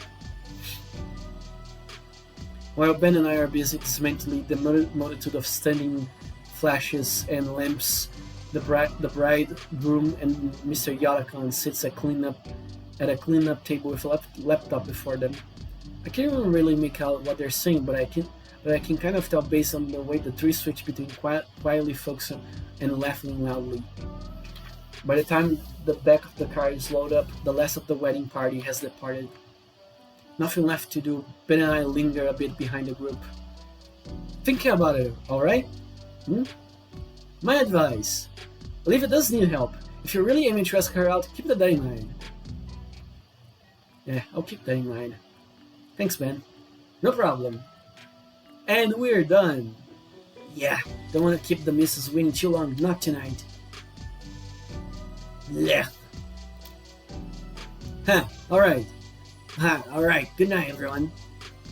He points to me for a moment. And good luck to you, little guy. Be seeing you, Mal. The groom saunters. The designs are so cute. What? I love the designs. Yeah.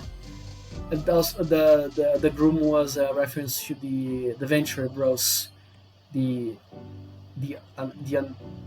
What's his name? The Anarchist or something? The groom saunters off. The anarchist? Yeah, the Anarchists. You two ready to go? Yep, I'm pretty bit.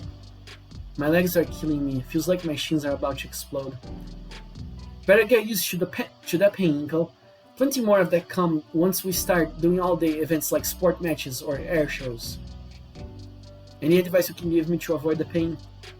And taps his chin.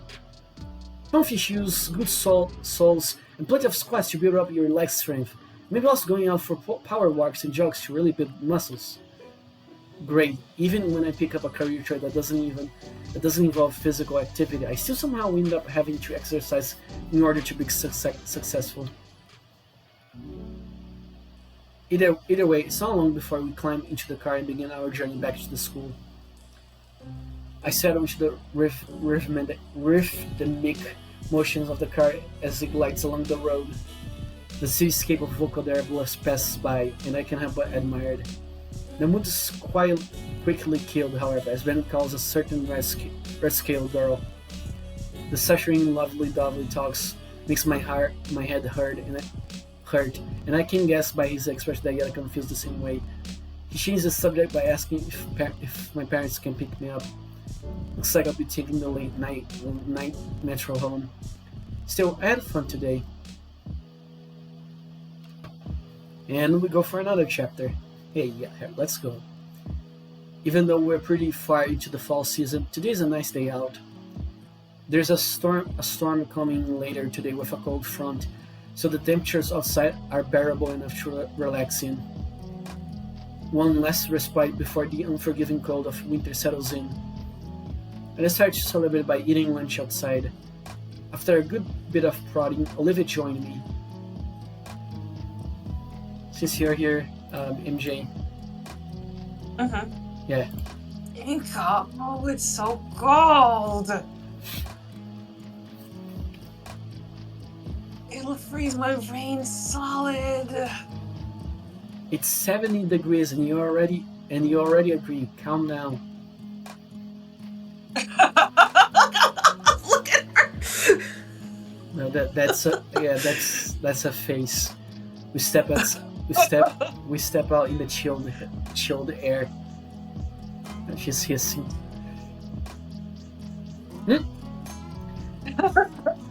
It's only the snout. She pulls the drawstrings of her hoodie taut, yanking it shut again. When I try moving her along, she starts dragging her tail on the ground. You're secretly enjoying this, aren't you? That hoodie isn't hiding your silly little grin. There's a table by the edge of the yard that looks pretty good. Now it's just the two of us, alone, sitting at a picnic table in complete silence.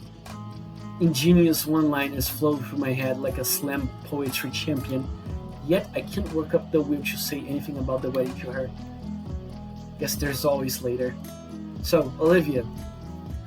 The Gator lifts her head from her roast beef sandwich, staring directly at me. What's up? How about this weather? Seriously? Yeah, seriously. I'm not used to coastal towns, so this is a nice change of pace. Well, it's pretty chilly.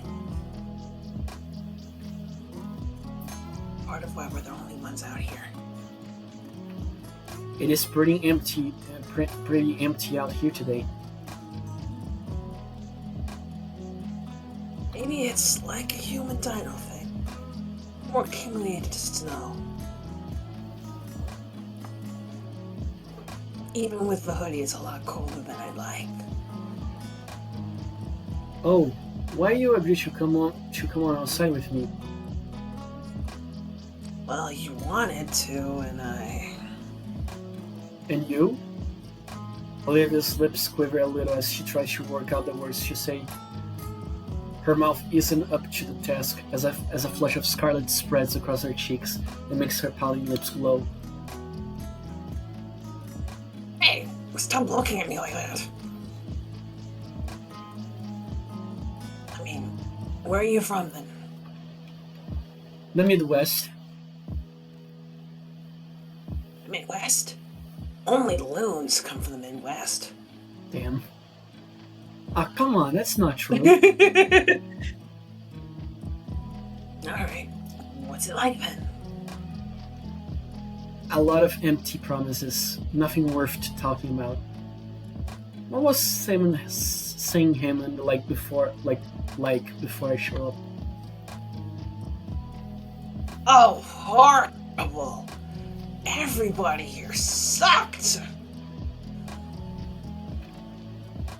Well, they still do, I guess. But seriously, most of the faculty had a stick up their ass, and the student body was holding on for dear life.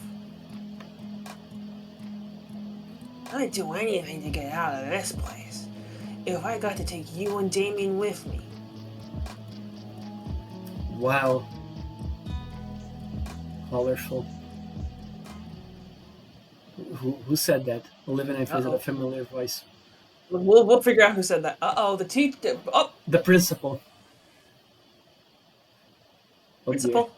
The sound of stone grinding on stone echoes through the We're in corridors trouble. as we turn our heads towards whoever said that. Principal Scaler stands up just as still as us, her face burning red. Though her jaw is moving, teeth grinding exceptionally loud as she looks at Olivia. Next to her stands a large whale dressed in a formal attire. I guess Mr. Ferris is still doing the inspection. And did he hear? What were you saying just now? What were you saying just now about student morale, Principal Scaler? He doesn't even look up from his clipboard as he begins jotting down something with a pencil.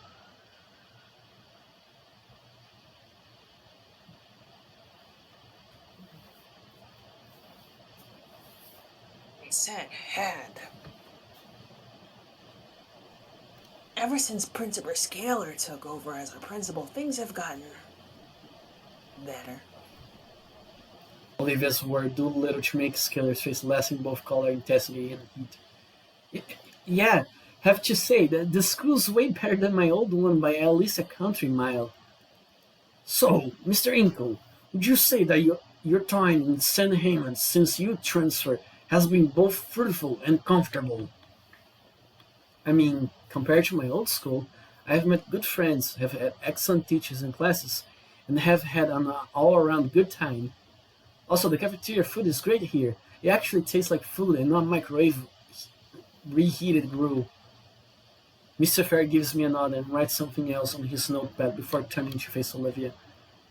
What about you, Mrs. Olivia Halford, was it? Got any more comments regarding St. Hammond? Do be honest, if you please. Olivia shoots me a quick glance before taking a deep breath.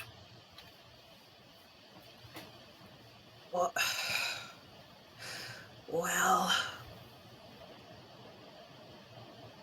the school needs more handicap access ramps.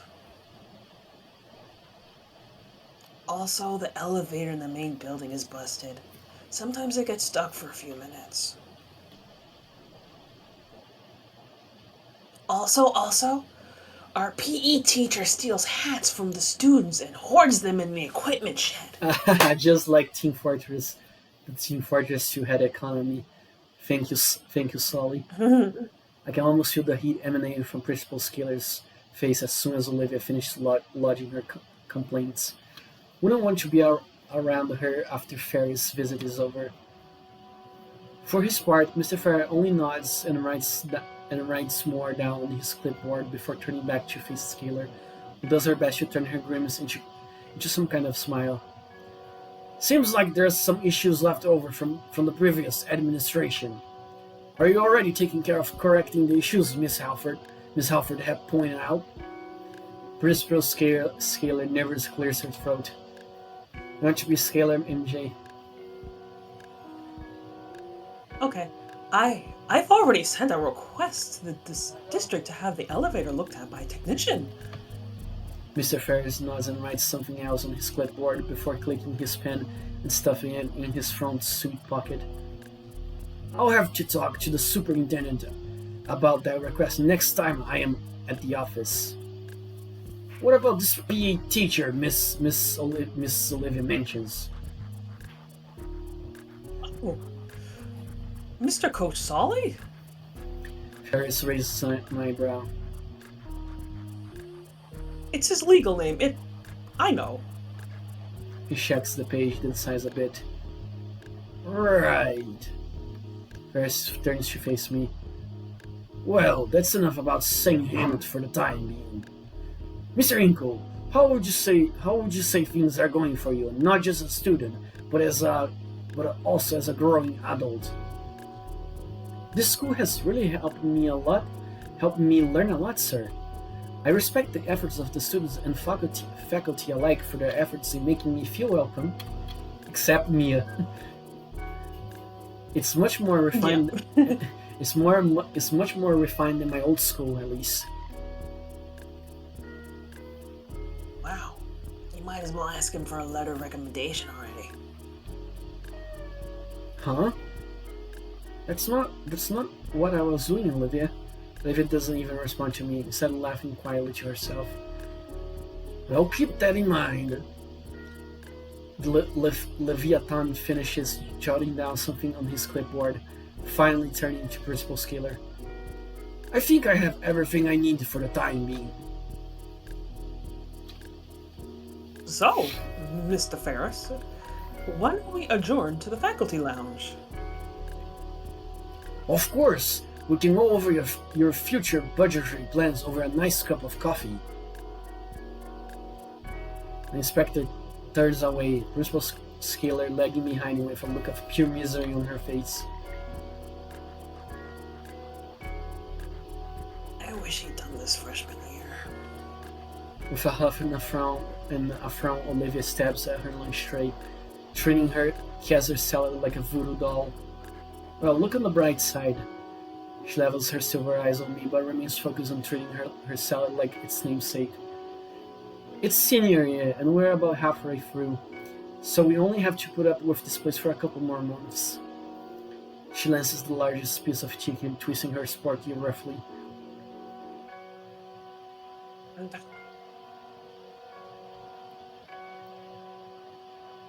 Then what?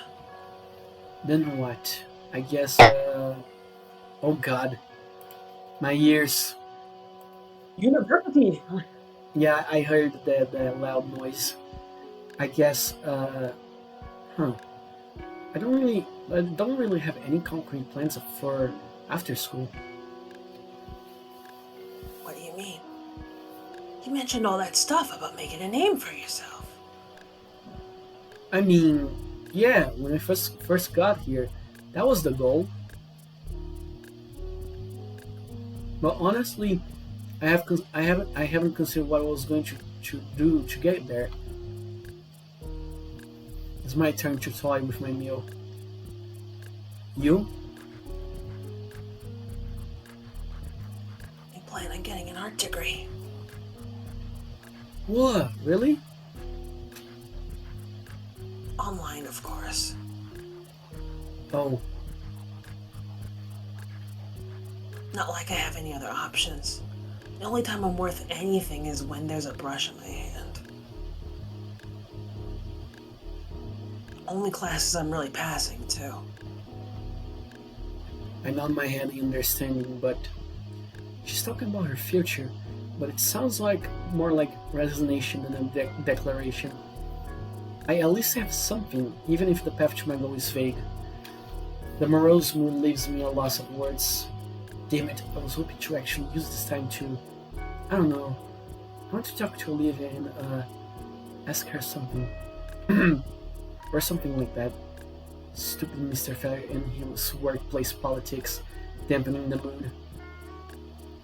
The air between us is awkward as we pick at our lunch. And even after the bell rings and we're forced to finish eating, it's still weird. Even when I ask if Olivia would like a push choose history, she just remains silent in though. Olivia has been quiet for about 5 minutes now. Even though 5 minutes isn't that a long time, Olivia had grown so much shadier as of late, so the silence felt just a bit off-putting to me. A part of me couldn't help but wonder if it is a cold shoulder directed at me, or just remaining nerves from the last conversation. No use just thinking about it. So, penny for your thoughts, Olivia?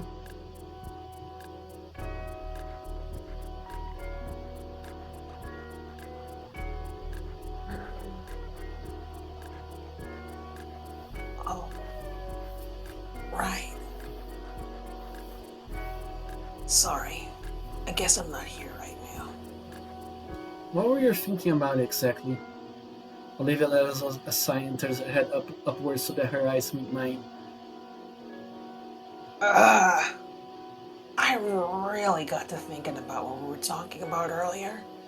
Oh, it seems like neither of us knows what exactly we'll be doing after school's over. Oh, right, yeah, that. I hadn't really given much of a thought to the fact that I had essentially dropped a bombshell on both of us. Now that I really stopped to think about it though, the idea that neither one of us really knows what to do after graduation is concerning. Most seniors at least have a small idea of what they want to do after graduation. At least I think. Hell, Liz had made a full chart and timeline for herself. I mean, I always figured out I'd go to college, but that feels so basic, for lack of a better word. There should be some kind of grander plan on what to do with the next big step in life. University, a career, maybe even starting some kind of family. Those are the kind of plans that come to mind. They're all just simple platitudes at the end of the day, though. Is it worth making plans? The more I think about it, the more likely is that something stupid just comes out of the left field and wrecks everything. If you want to make God laugh, tell him your plans and all. So maybe all I can really do is living the moment. I always hated that sort of thing. You'll be sitting a duck for life to take pot shots at me? Just live pretending death can show up and can show up and take me at any time? Uh-oh. Uh-oh. Hey, it's Olivia. Mia, what the fuck you're gonna do to us now? And friend. Olivia stiff is in her wheelchair. Oh, hey, Mia. Olivia's words are his as she tries to face away from the Christmas cake girl. Her hands shakily strain against the wheels of her chair, slowly turning to. I have a couple of questions to ask you, Olivia. Would you like to humor me a bit? Oh, what am I saying? Of course you don't mind. Uh-oh. The Oh Parasaurus no! The Parasaurus saunters up, and with the sway of her hip, pushes me aside as she takes Olivia right from me. What the hell? You're insane if you think you're going. If you're insane if you think we're going with you anywhere. We? She looks down to Olivia and back at me. We. He's funny. We're just going for a little girl talk. This is gonna end in a fight. No boys allowed. Sorry. You're up for that, right, Liv? She puts a hand on her shoulder and cocks an eyebrow back at me like she knows something. What? What? Okay, I heard a sound. Uh-oh. So, yeah, we'll just be in a moment. Don't you worry that little pretty head of yours. I left gawking confused as the two head off in another direction. Olivia doesn't seem to know what to say or do either, so she just goes along with the parasaur, wheeling her away. A part of me wants to give chase, but the sigh that Mia sends back at me forces me to stop. I feel useless as I watch the two turn the corner. My thoughts of what I want to do, going after the pair, are betrayed by my body still frozen by the ice glare from Mia. Teammate, I'll just get to class and ask what this was about later. By the time I get to Proclin's history class, I'm half expecting to find Olivia already waiting for me, some kind of remark prepped and ready to be spoken to me. Instead, she isn't there. I reluctantly take my seat, tapping my foot impatiently. Even when the bell comes and goes, there's no sign of her. Shit. I shouldn't have let Olivia go. Let Olivia go with her alone. What the hell was I thinking? I really don't want to cut class, but I can't afford anything bad happening to her. Nope, I can't sit and do nothing. I shoot my hand up in the air, causing Miss Sparkly to pause mid-lecture. Yes, Mr. Nito? Miss Sparkly, can I please be excused? Why? Class barely started a few minutes ago. Because I... Inko, please! Shat myself.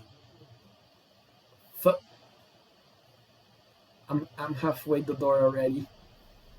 Yes, that's pretty good excuse, Inko. You literally said that you shat your pants. Good. Where did they go? There's not a soul to be found anywhere. Yeah, that pretty much sums up me up pretty good. If I were a bitch, where would I harass somebody in secret? Shoot, whatever's between them. Girls' room. The bathroom. Shoot, whatever's between them, I hope it isn't turning physical. I mean, she wouldn't, would she? My hands clenched tight as I focus on walking faster. Finally, something snaps out of my trance, the faint sound of squeaking metal. I haven't heard that sound before. I turned towards the source just beyond the door of a nearby classroom. Judging by the paraphernalia, covering the door. I think this is the algebra room. I grab the handle and half-heartedly throw the door open. Pray that I'm not about to rudely interrupt a teacher for the second time today. Looks like shit. How am I? Should be happy it's done. Two heads turn to me in a mix of anger and surprise, and they are the heads of the girls I was looking for. Oh. Were you two having lesbian sex in here? It's like a sudden maybe it's like a sudden three-way standoff. I was definitely not intending to be affecting whatever this is. I really should have thought about that before bargaining it. Mia's gonna kill me. Thank Raptor Jesus, she's okay. How are you supposed to do two voices at this time? Uh-oh, I can't voice both of them at the same time. I'll just try. What the fuck are you doing here? I should ask you two the same question. Oh my... Look, Baldy, now's not the time. Don't talk to him like that. Yeah? Or what? I told you not to be followed. You were there when we left. Ita heard you screaming like a maniac. I have been forgotten already. Hey! Why are you two in an empty classroom yelling at each other? The two fall deathly silent, unwilling or unable to speak. I notice a piece of paper in Mia's hand. It looks like something drawn in it. The style is different, but it's unmistakably one of Olivia's works. Mia, why do you have her drawing? The Pharisee stops blinking for a few seconds before shoving the paper in her jacket. Before I can question further, Olivia speaks up. Ingo, why did you come here? You seem like you were in trouble. How touching. Well, we're all in trouble now. We? Yeah, dumbass. I don't have time for this. Hot Wheels, fill him in.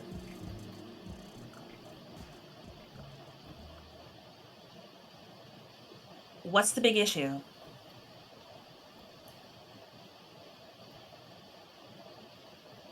What? Olivia claws at her armrest again. She looks ready to cry. Oh. I'm confused. Hey, where did all your vicious bravado go? Are you afraid to tell him? Afraid of what he'll think? Shut up!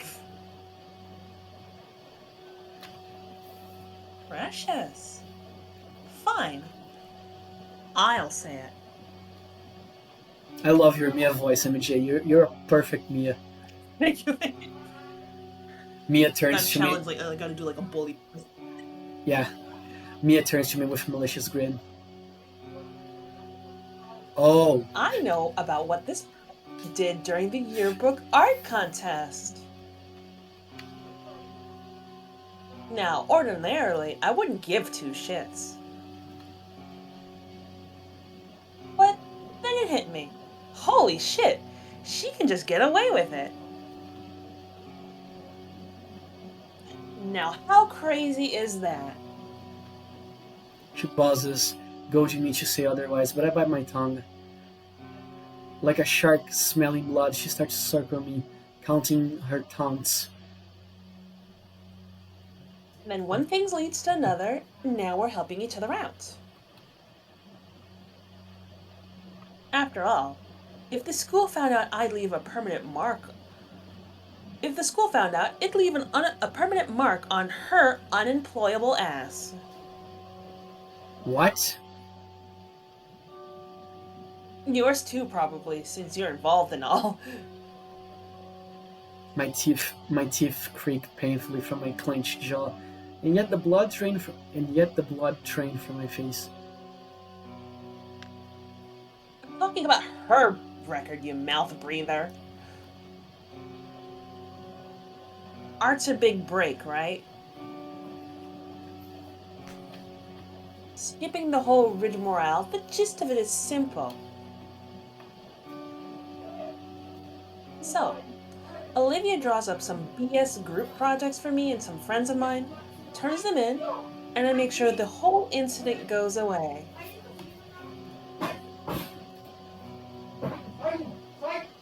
Oh, Hmm.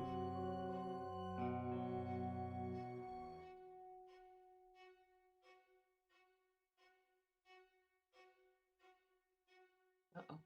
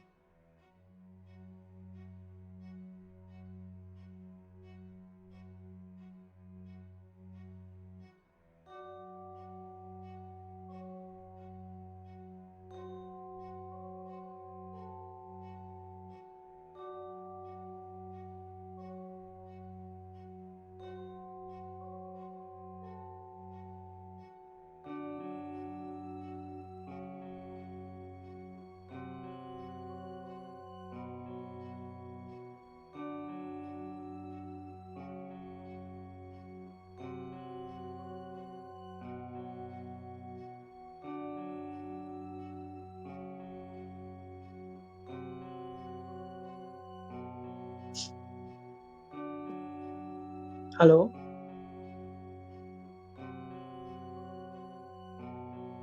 Hi, Dex. Hi. Everything all right? Yeah, I have no idea. I heard like a door opening and like two people speaking in Portuguese. Yeah, Portuguese, Portuguese. I think. Yeah, Yeah, Brazil. They speak Portuguese. Portuguese. yeah, yeah. They definitely weren't Glim, so I think like maybe they were like his family, I guess. Huh. And he muted himself afterwards. Who knows? Maybe family did walk in. Hmm. Yeah, they might have. Maybe. Yeah, maybe they needed something. Uh, Maybe. Like, I hope it's not anything too serious, though. yeah, you word me there for a second. Came in to look Yeah. what's going on. Alright, Okay, so I see. okay. Oh, I want to apologize for. Oh, there you are.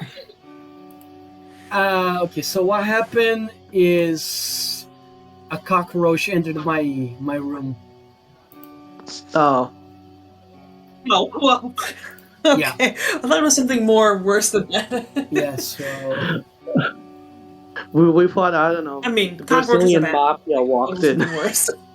yeah, so I'll have to do some. I'll have to do a deep cut, cause oh boy, that fucking cockroach.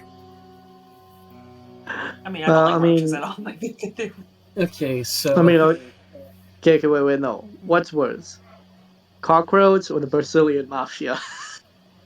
how about a Brazilian mafia where everyone is a cockroach?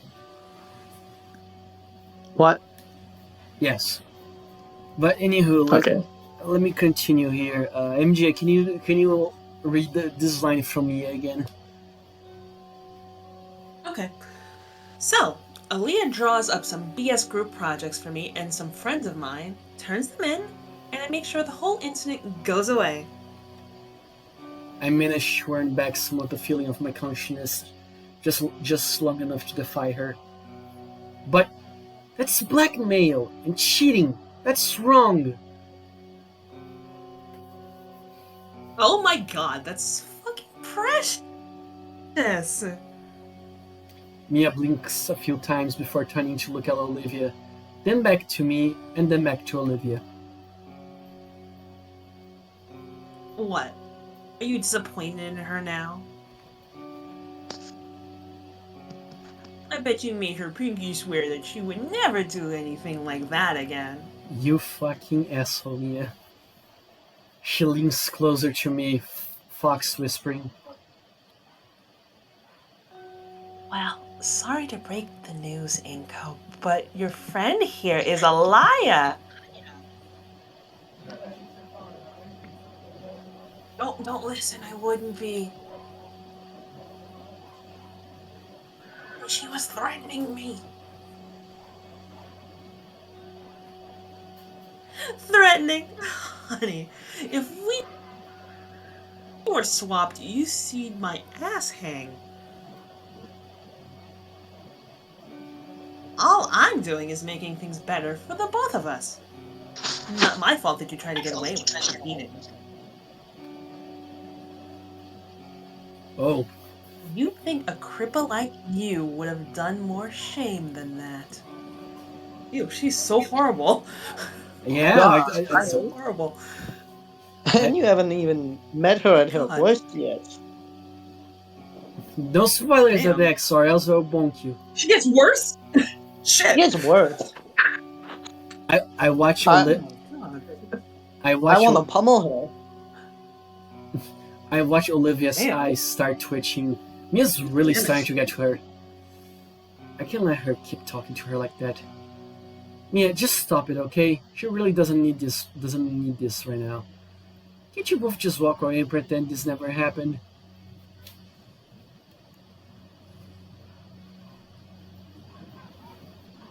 her. Hey, Grim. Inko, you're good. What, Alex? What?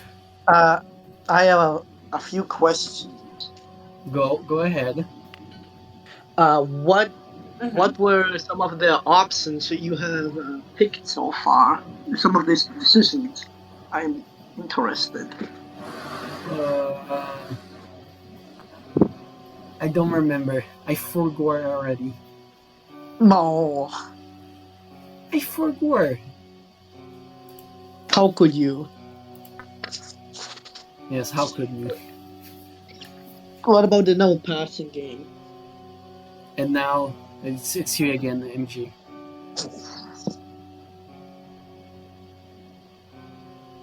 You hear that, Olivia? Wait, but I didn't mean. Olivia's staring at me with a look of betrayal that threatens to tear my heart in two. God damn it! Why can't I stop talking for once?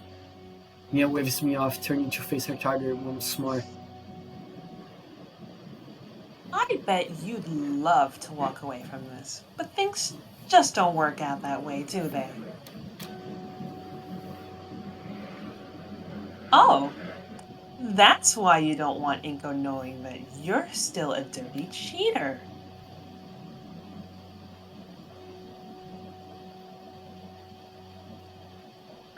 Shut up! Oh, relax. It's not a big deal. No, I'm sick of this. You already admitted it. Art's my big break. You're only doing this because art is all I have. Your record is fucked. You'll lose nothing if we get caught. It's Tuesday for you. But me? It's all I have! You're embarrassing yourself. You know I can't lift or run or carry or dance or fucking anything you do on a daily basis when I'm even thinking about. I can't ever do anything because of these fucking legs and this fucking chair. Why can't any of you just leave me alone? I just want to draw, for God's sake. Mia rolls her eyes and takes a step closer to Olivia. That's a nice outburst and all, sweetie, but I thought you were smarter than this. Olivia wipes away her eyes with her sleeve.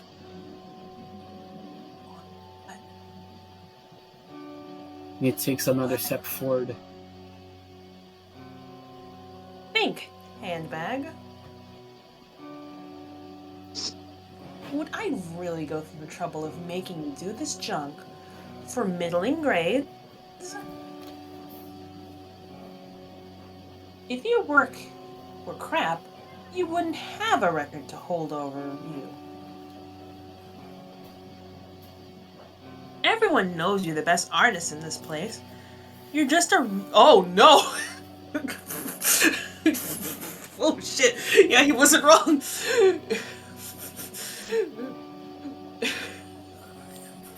Say it. Say it. Damn. You're... Oh, damn. You're just a retard about it.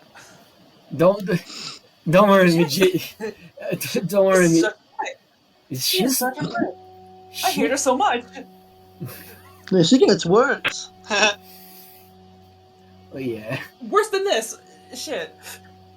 Trust me, I played all endings. MJ, don't worry. When I was doing this myself, you know, because I'm pretty sure you were like doing D&D with your friends. I had to do Mia, and I had to say that word. I know, and I was like, oh my god. Oh wait, does that mean you've seen the animation coming up? Ooh. Olivia's mouth hangs Oh, there's open, animation? but no words there's comes animation. out. No spoilers, Alex. Shush. But Shush it. Shush it, or I will cut your Ferrelli privileges. no. Okay, continue, MJ.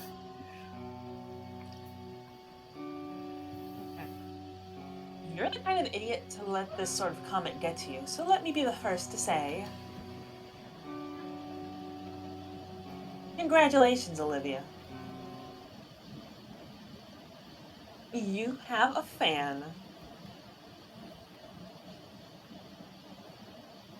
Anyways, Inko, Oh crap. distractions aside, you're in on it now, too. You don't want Olivia to starve now, would you? Her words, not mine.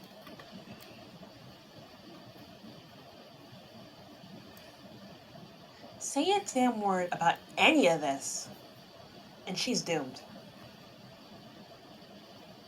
Do you understand me? I try to muster up words of defiance, but just past Mia's stare of death, I spot Olivia's horrified expression. Hello, Baldy. I'm waiting for your answer, skinny. I honestly don't know what to say or do in this situation. No, Excuse me? uh, let me think this over with Olivia. Think this over? You dense or something? This is a simple yes or no question. You can't seriously frickin'. Mia pinches the bridge of her snoot and lets a tired sigh. Fine. The two of you talk it over and reach to some kind of resolution. But that don't change the fact of what I said earlier, Inko. Don't say I don't do nothing nice. But think carefully, amigo. You both got a hell of a lot more to lose than I do. Mia only gives me and Olivia one final glance before unceremoniously leaving the room. It takes me a bit to recover my thoughts. I never thought Mia would go this far. And Olivia right now, she must be. I stand up from the floor, slowly approaching the alligator. She looks like a mess. Poor thing. Why? Why'd you have to come in here? I'm sorry, I was just so worried about what Mia could have been doing to you, and I wanted to make sure you were alright. Uh-oh. Olivia grips her armrests. Uh-oh. I was alright. I handled it with Mia. But you basically be her slave? Doing all of her work? Not all of it, just whatever she needs to pass. I'll take the seat next to her there. She threatened me that she'd go to Scalar and spill everything. Yeah, I remember that Dev saying that Mia is a manipulator, and holy fuck, that she is a great manipulator. Yeah. Good lord. And if Scalar knew that I swapped the art, she'd know that it was with you. I couldn't let her do that to us, so I got desperate. Told her I'd do anything she wanted. That's how I got mixed up with her. I let out a deep and heavy sigh. Olivia, I can't understand why, but I heard how Mia was treating you before I came in. Even when you were doing her work to save her skin, she's still treating your art, and more importantly, you, like garbage. Her words ripped through the girl's fragile heart, her face contorting in a fierce smile even as her eyes grown wet. You're miserable. You know that. Olivia looks away from me, her face scrunching up as tears well in her eyes.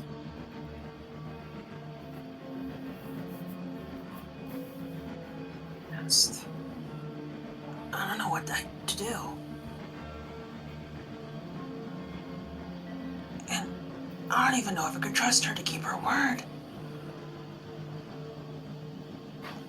And now that you know what's going on, Mia has a noose around both our necks. The gravity of the situation settles in.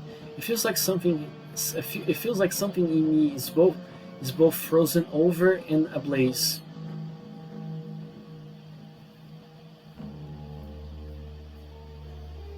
There's only 6 months left in the semester.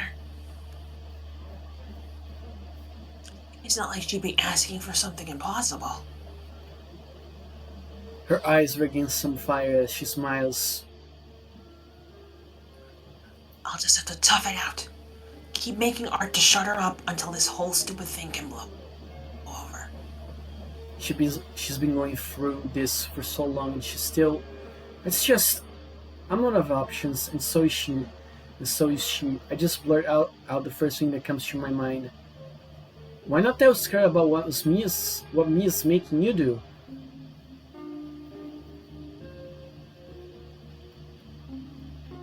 Sailor, are you out of your mind?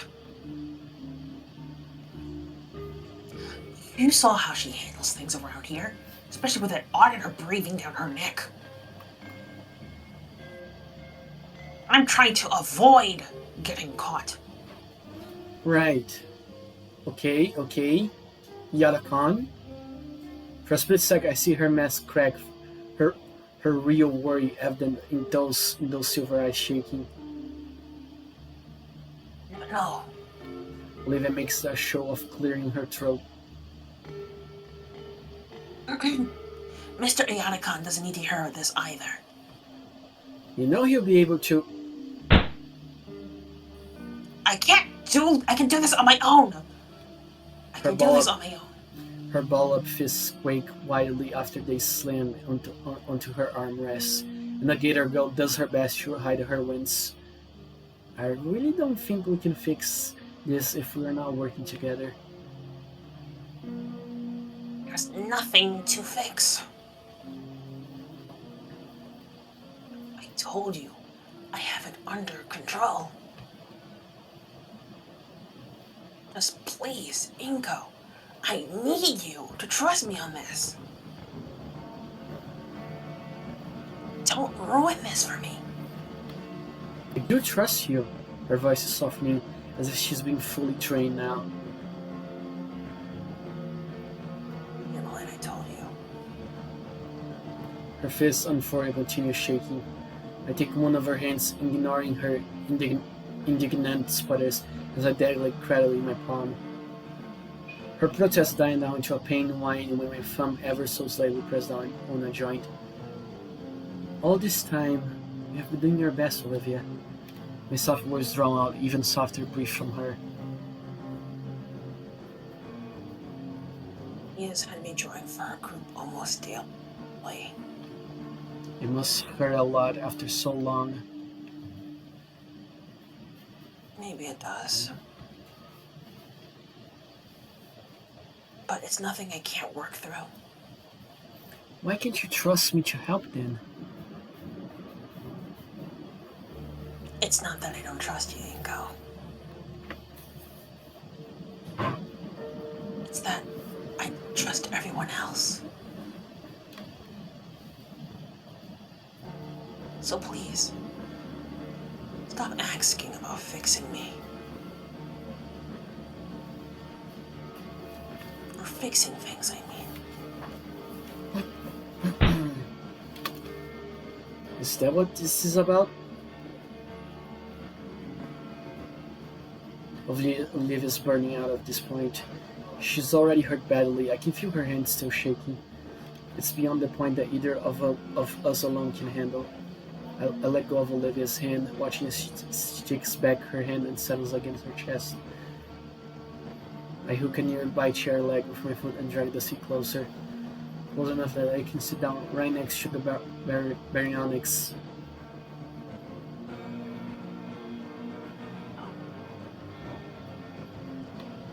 I find that being next to her like this makes it easier for what I'm about to say. Breathe in, breathe out.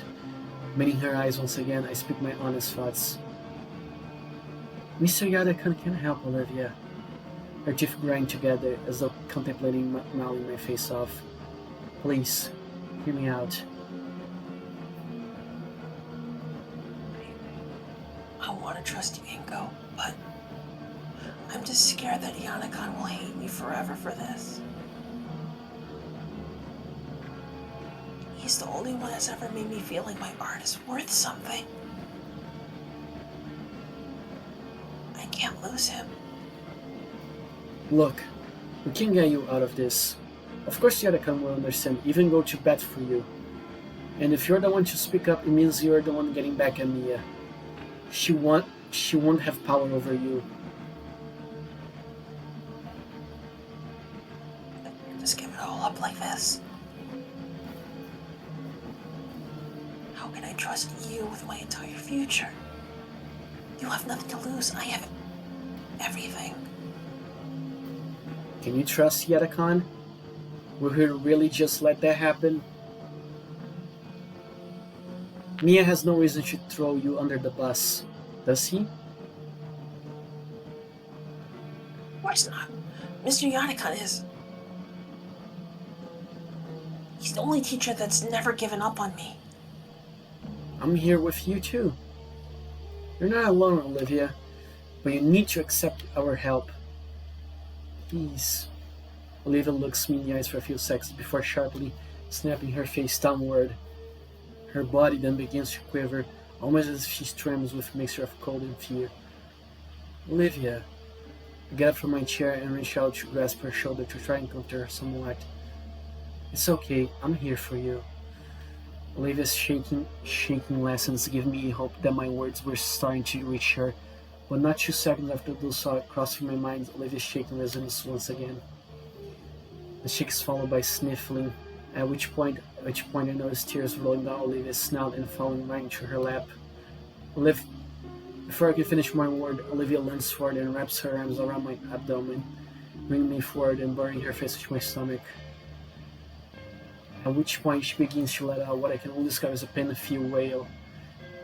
At first, I'm left utterly frozen in place, hands raised and eyes wide. Nothing in my life has ever prepared me for a situation such as this. No, Inko, you know what to do. I place my other hand on Olivia's other shoulder and slowly take a single knee, bringing me to an eye level with her. Oh. Then, without saying a word, I tied my embrace, allowing her arms to wrap around my neck as I wrapped my arms around her. My waist is pulled closer too, by her boa-like tail that's become an impromptu belt harnessing me to the Gator girl.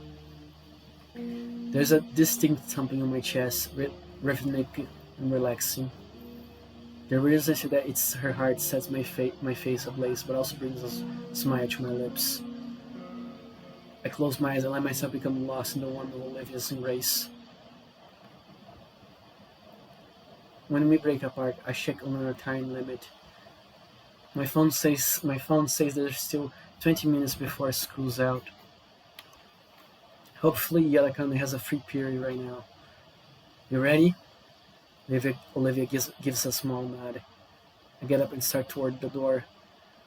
The door held open with the back of my shoe. I look back to her. As Olivia wheels over, she grunts with each punch. Push, should I say? Oh crap, I'm not an idiot. When she reads me, Olivia gives me a very meaningful look. Though I don't really get its intent till her tail wraps around my wrist. Oh, right. Taking Olivia's rein for her, we start toward our teacher's room in companionable silence. Man, I can't wait to just go home and relax. Maybe open a bag of chips. Olivia's trembling has fallen to a 2 on the Richter scale, so that's nice. She's seen enough of me to last a while. Then again, so have I. She'd probably kill us if she saw us sneaking off. We're near the end of it. It's nearly over. It's the first bit of quiet that we get. Just the sounds of Olivia and I walking through the halls. Olivia's gripping my wrist pretty hard. She's still pretty tense. Say, maybe there's a massage place around here. That'd be nice, right? Wait a second. Just the sounds of Olivia and I walking through the halls. Something ancient awakes in me, an icy chill races down my spine, as if there's a knife poised just behind my back. The Gator girl tenses, head stiff, turning, her pupils slowly shift to mine, and their contraction to pinpoints bring attention to the danger my ancestral instincts are warning me of. Uh-oh. Sup? You two trying to run a Fight or flight, reflex kicks in. fighter? Oh, Z- you two will love this. zero, Pay zero, close attention. shush, Dex, shush, shush. Zero thought on my end. My body chose to just book it.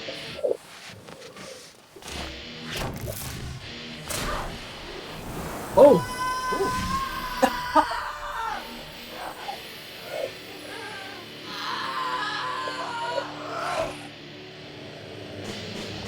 Uh-oh. Oh, shit. Oh, shit. Okay, this is fucking cool as hell.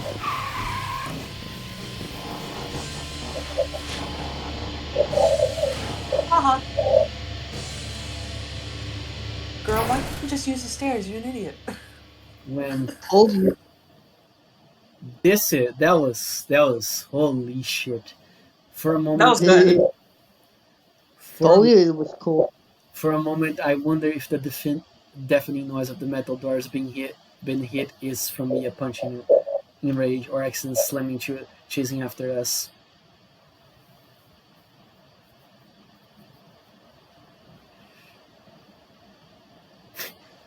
Time to When scream, I MJ. catch you, I'll eviscerate you and every last thing you love. Fuck! The elevator finally begins to descend downwards. I exhale deeply. Olivia gasps for breath. My arm stings from Olivia's razored grip. Good thing I have a jacket. Her claws have shattered the sleeve.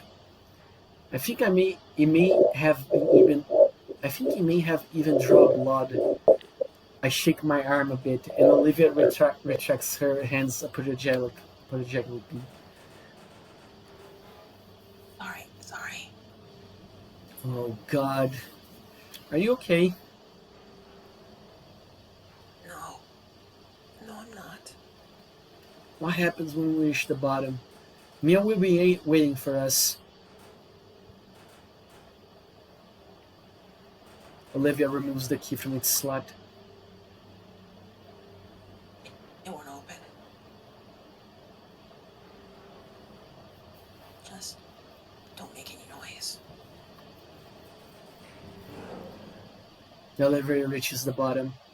Just as Olivia said, without the key, automated chamber simply powers down. Silence. There's a small gap under the door letting life in. There's nobody there. We sit in the dark, empty cab for what feels like minutes. I'm pressed close to Olivia while we wait it out. I can feel her tail wrap around my ankle, which thankfully won't rip my clothing apart. The phrase 7 minutes in heaven surfaces in my mind and it's buried immediately. It's a bit warm in here.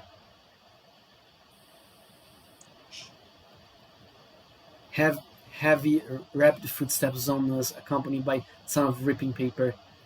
Me is destroying everything on the walls. You fuckers had better still be in there! You cowards run away, so help me after Jesus. She's right in the front door. I hear her heavy breathing in soft thuds as she attempts to put her ear on the door a few times. I try to stay as silent as possible, but I'm afraid the homicidal parasaur can hear my heart hammering my chest in pens scrapping horror. Mia, with no intention to vent her frustration verbally, resorts to the next best thing: physical therapy. We're surrounded by the sounds of ripping paper, dented lockers, and drywall fracturing. On occasion, something hits the elevator door again. Olivia and I don't dare move. I hear other voices. Mia's draw attention to herself. What are you looking at? Do you want one less horn? Find someone, quick. fucking swear I've had it with that fucking luggage case on wheels.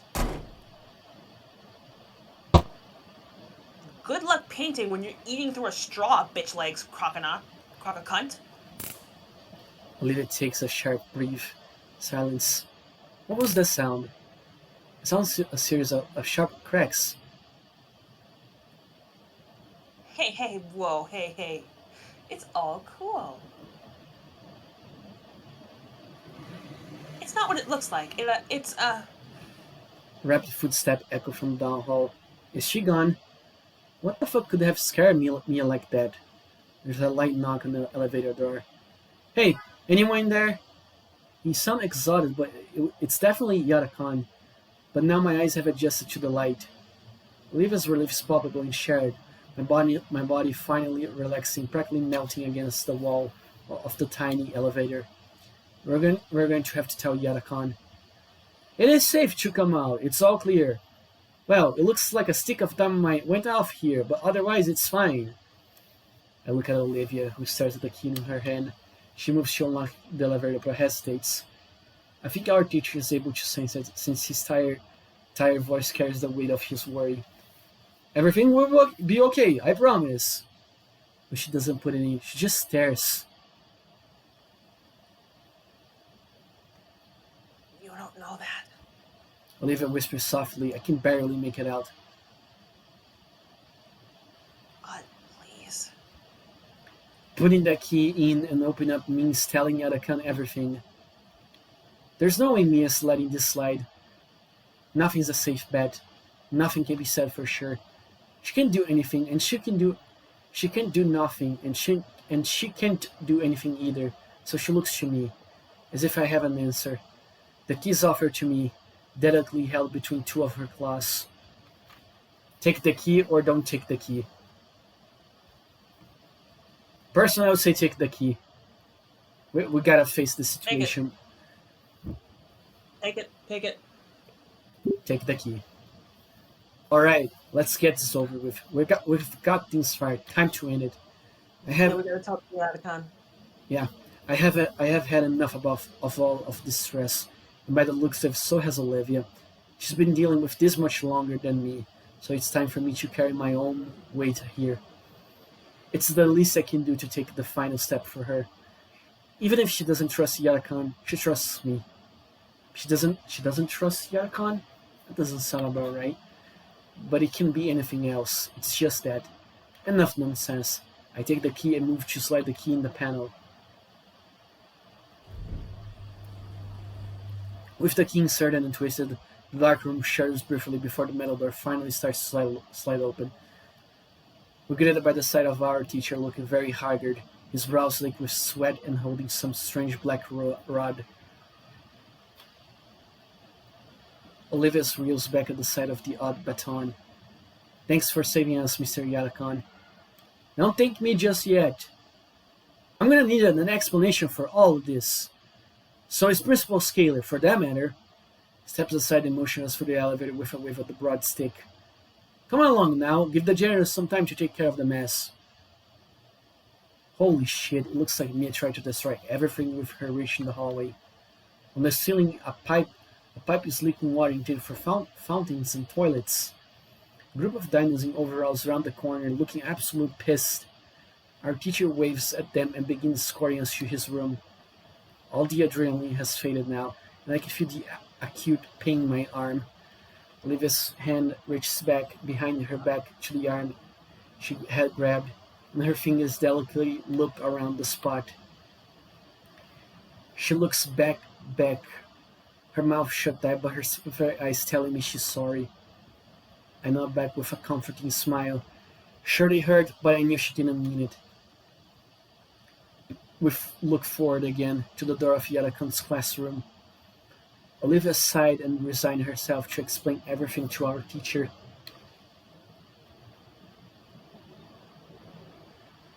Olivia looked ready to collapse. She had taken the better part of an hour explaining Mia's extortion in full detail to Mr. Yarakan. I grabbed Olivia's canteen and handed it to her. She greedily chugs the entire thing, gasping after and rubbing her sore throat. It was hard to get a ready on what our teacher was thinking.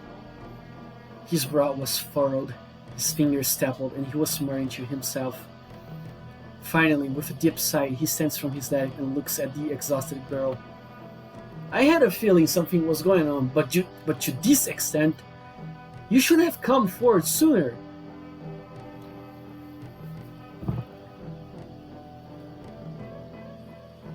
No. But we're here now, aren't we? Fair point. Still, I'm concerned that you thought nobody would notice. I didn't think anybody would care to look. Those assignments go through dozens of eyes, you know?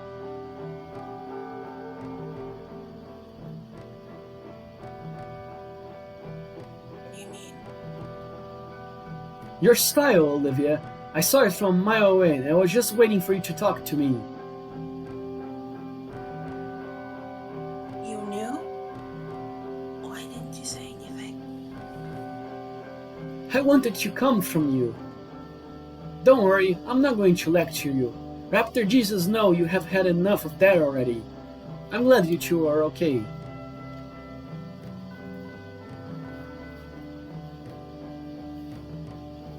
Yeah, I thought she was actually gonna kill us. Mr. Yarkon shakes his head before he smiles softly at us. Have some faith in the faculty here. We do our best for you. With what we have on Mia now, we can justify watching her like a hawk from here on. Anybody else she was harassing out to, thank you. Are sure she's actually going to get in trouble for this? At this point, we had look bad if we didn't punish Mia for this kind of behavior.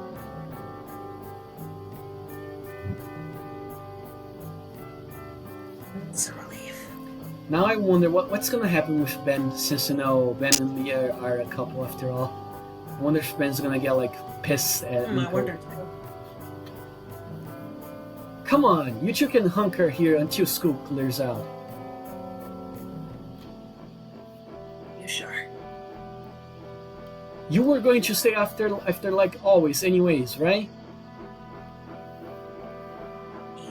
Yeah. The loud noise makes me stumble to the floor. Bro just fainted. Oh, Mr. Yanakan! Whoops. Did you just faint? No, I think Yarakan just used his baton on Inko. Yarakan looks at Oops. the device in his hand. Is that a taser? Oh, it's a taser. There's a piece of tape on it with something written on it. Yo, what the fuck? Estra's Protocol. Estra's protocol? Yeah, because, dinos, Yeah, Yeah. no, I get it. Anyway, I'm going to run and get some things done. They're going to want my account on paper pretty soon. May as well knock it out of the way. With no care at all, Mr. Yarakan chucks the electric weapon onto his desk before turning to his doorway. Don't burn the place down, alright? Alone, I go sit near the back of the classroom. Looking out the window, I finally let out a huge sigh of being holding him. Olivia rolls over to join me, and surprisingly, she's smiling.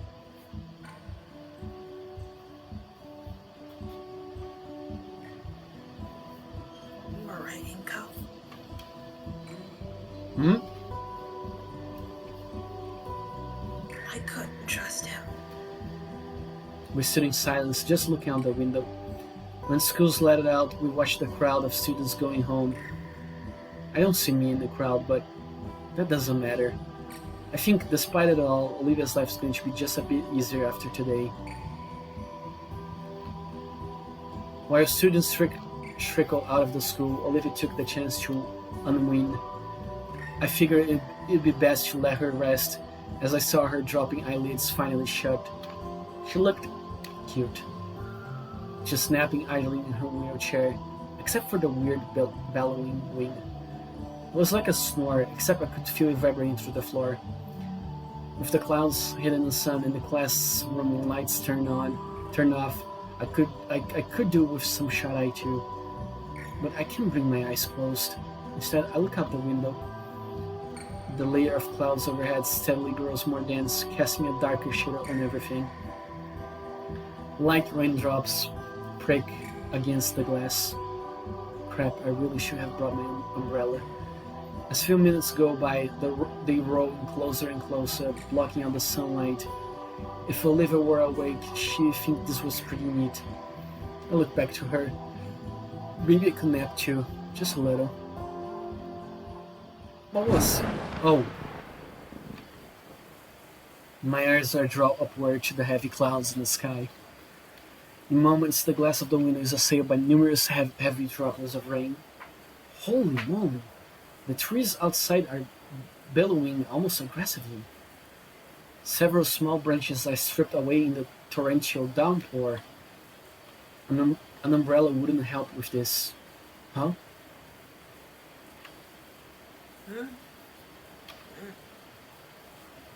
What? My phone's blaring an alarm. So is Olivia. We circus a shelter in place for several hours. The classroom door is thrust open quickly. Mr. Argan is back, painting hard and clothes drenched. He takes a moment to brush close his head as best he can. Sorry about that. The faculty is doing a sweep of the campus right now. Apparently there's a monsoon scare right now. Monsoon? Soon? Does that happen here? Yadakan gestured to his French outfit out in the window as if to ask if Mia had cloaked me in the head after all. Right. Are we going to be alright? Oh, of course. School are designed shelters for the worst disasters. If anything, you're safer here than at home. But the hallway outside is open, isn't it? I just finished up putting the cover up. Cover? Just keep close to the wall, yeah?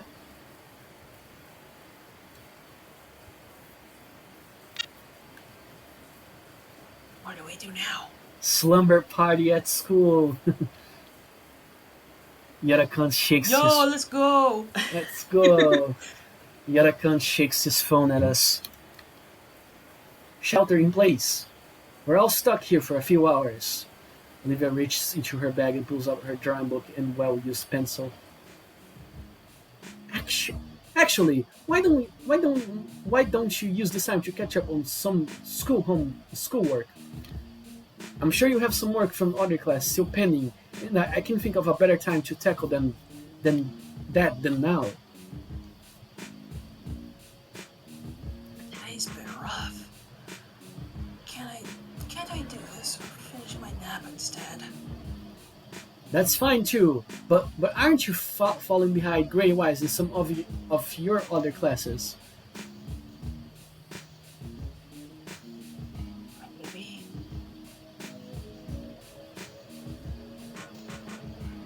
Fine. I'll catch up on some of that work. Yadakan gives a single nod and smiles. Olivia puts away her drawing materials and pulls out her bulky mathematics books, which she sets on the table with more force than necessary, followed by her notebook. With some hesitation on her part, Olivia sets herself to work. Meanwhile, I bring myself closer to her in case she wants some help with the work. After a few minutes, it's clear her mind and spirit isn't into the work one bit. She constantly fidgets, taps her pen on the table, and looks around the room and out of the window. Eventually, she lets it go and slams her book shut. This sucks. Can I please do something else? Yadakan, who had been busying himself with grading some paperwork, snaps away from his work, looking at Olivia while rubbing his chin. Well, there is one other thing you could help with. Would need both of your help with? Could even consider a new extra assignment? What do you say? I don't know, today's been pretty rough on Olivia. Lily, I'll do it. Alright? Wonderful! It's back here! He starts walking to the back of the room and waves for the two of us to follow him. What? Something in the dark room? Oh man, I thought we wouldn't get to do anything there until the last 5 weeks of the semester. Are we going to be getting a head start in this section? Maybe we'll be making prints or learning about C41 and... Huh? Oh, Olivia spoke in my back.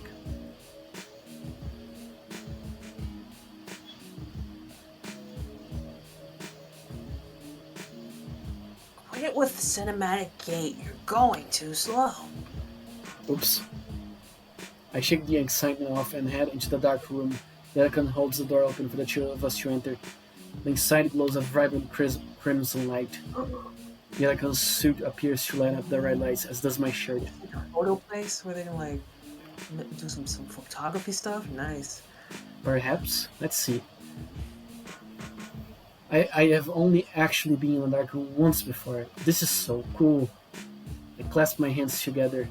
So, what were you developing? Wait, this is an important job just for you. Alright, I'm ready for it. What am I developing? Your lower back. Whoa. There's a click of switch, and the red lights switch to normal lights and properly illuminate the room. There's boxes over there. I need one at each station around the room, but they're too heavy for me.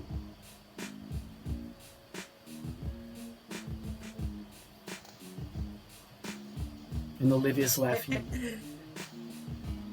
If you can, of course. Legally, I can make you do any of this. Do I at least get extra credit? You get one of the bag of chips I keep hiding in my desk. Fine. Nice. Come on, Olivia. Ease us in food. Come on, Olivia. We should clear the way for him. There actually is something in the box we all need in a bit. The two move back to the entrance, and I'm faced with the myriad boxes we'll have to carry. Looks like there's about 10. They're pretty medium sized, like you could fit a table lamp in them. How heavy can they... Ugh! Fud. Lift your knees, Ingo! This is gonna suck. I look at Olivia, and she already has her phone out and pointed my way. Damn it. I shift my legs and try again. I actually managed to get this thing off the ground.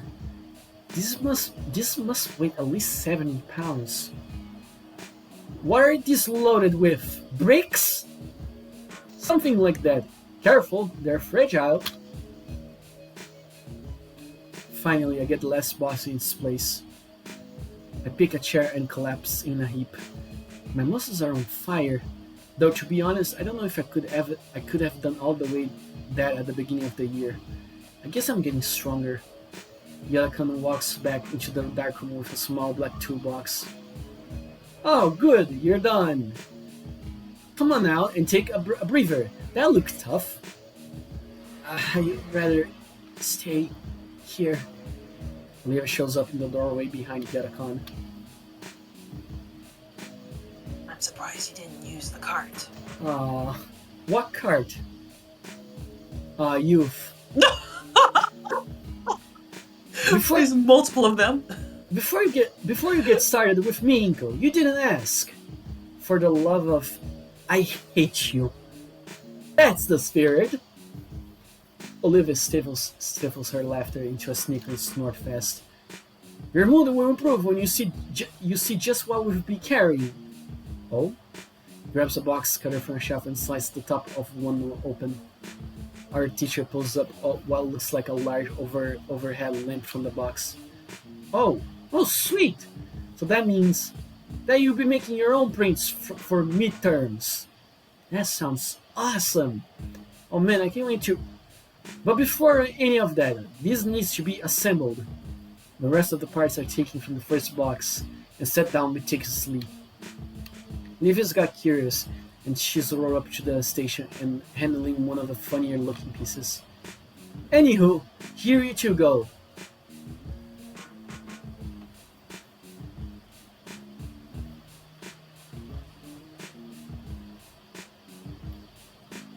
Wait, two? Yes, two. Don't think I didn't notice you watching Inko so much. The stern denial from Olivia does nothing to wipe the cheek grin from our teacher's face. What about you, Mr. Yadakan? I'll be right back. He makes his way to the door again. Get started without me. I need to go fetch some things. Before either Olivia or I can speak up, he's left the room. Olivia already has a toolbox open on her lap. Right then.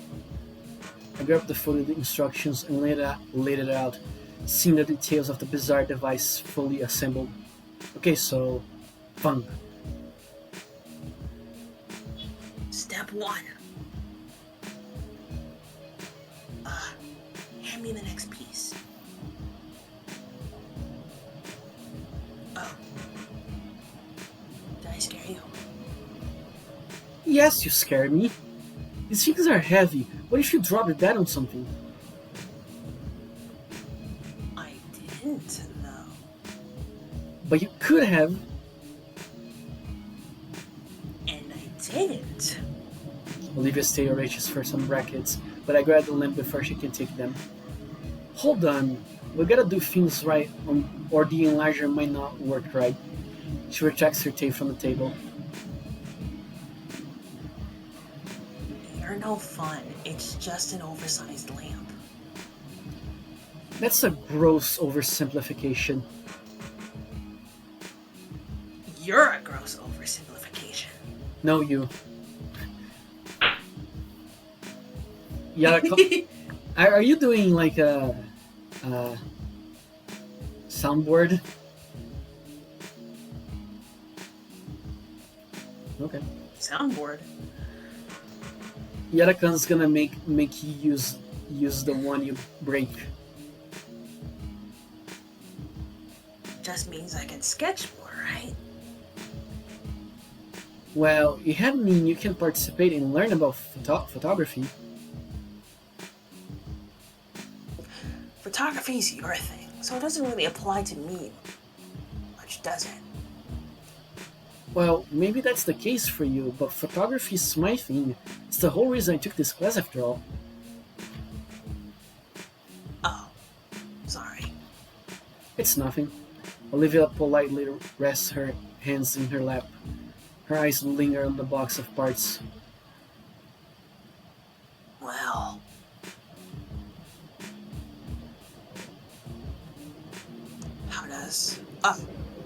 How does it work then? The print enlarger? She shakes her head. Photography. Like, why the giant lamp thing? It's all digital today, right? Huh.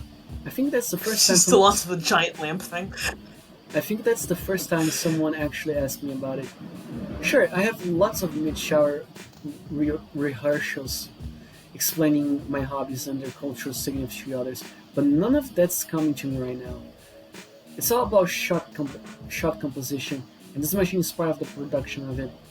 Getting the right things in the right places at the right time to evoke a certain feeling. Composition is a thing in painting too, you know. I am ill-prepared for Olivia's comeback. Yeah, but it's a lot easier to pick the composition you want. You don't have to worry about any factors other than yourself. With photography, you have to build you have to build the set to get a good photo. That's the fun of it. But why would you want to limit yourself like that?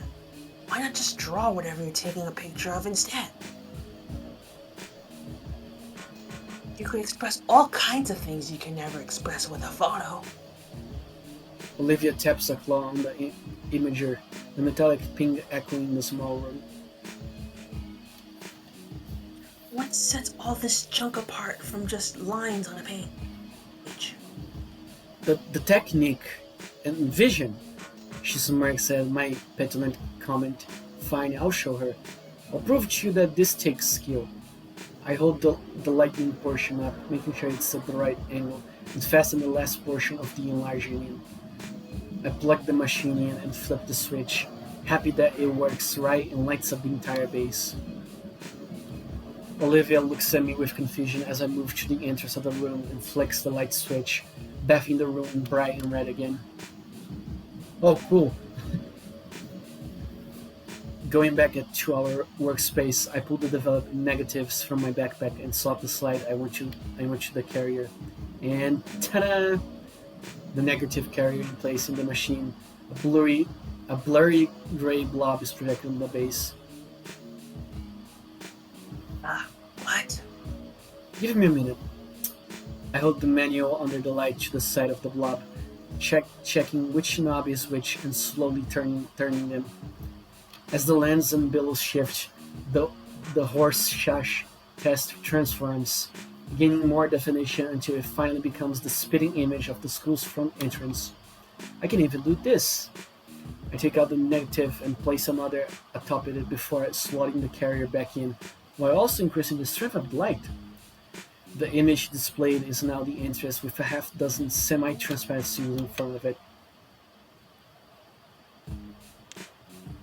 What did you do? I overlapped another shot. The backgrounds are the same and doubled up, so I had to intensify the light, otherwise the entrance would be too dim. So, that would take me a few minutes to do tops. It'd look a lot better, too.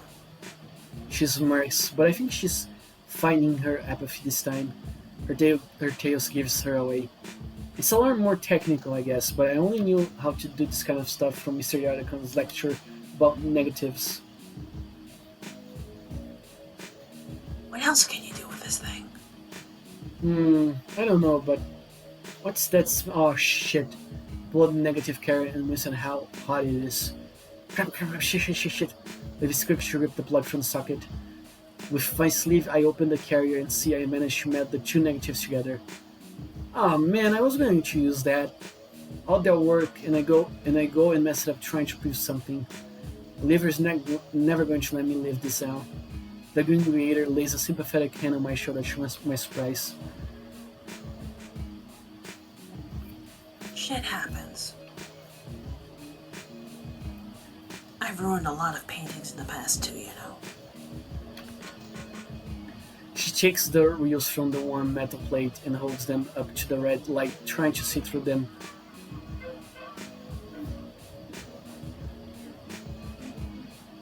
And you've got more shots on this thing. But I like those shots. Then go retake them. Give me one moment. I'll be right back.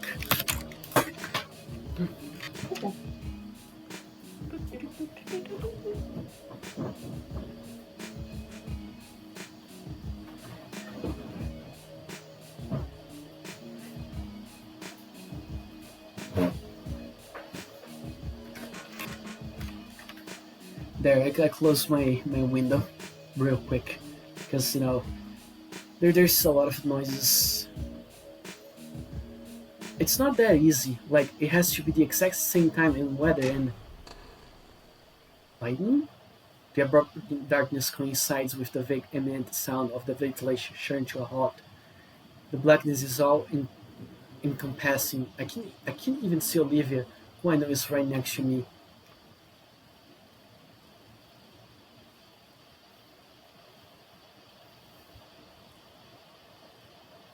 MJ? Her voice helps me confirm that we're still alive in some fashion. But there's a shakiness in her tone which sends a tense rattle down my spine. Our breathing is the only noise. It's as if we're being encapsulated in a void of nothingness. I'm still here. No. I plant my hand down to brace her shout, feeling the still warm metal of the enlarger base. But, Yeah, guess the school lost power. I feel something cover my hand, and then squeeze, painfully. Ow, ow, ow, ow. Sorry.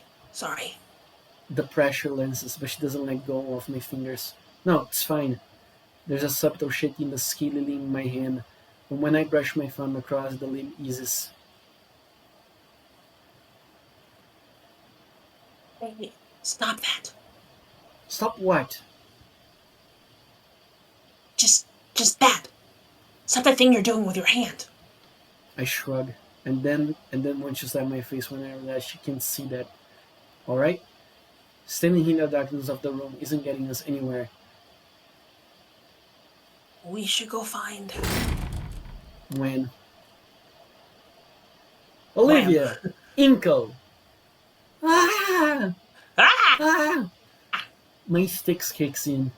I hop back to make space between us and the killer. I turn my back to them to become a defensive wall. Probably Hey, Vatican. Yeah, I wrap my arms around Olivia's head to make sure she's 100% protected. Hey! It's me, Mr. Yarakan. It took a bit to find a flashlight, but with how this room is, I look up to the shining white pterodactyl pointing the flashlight at his own face. Oh,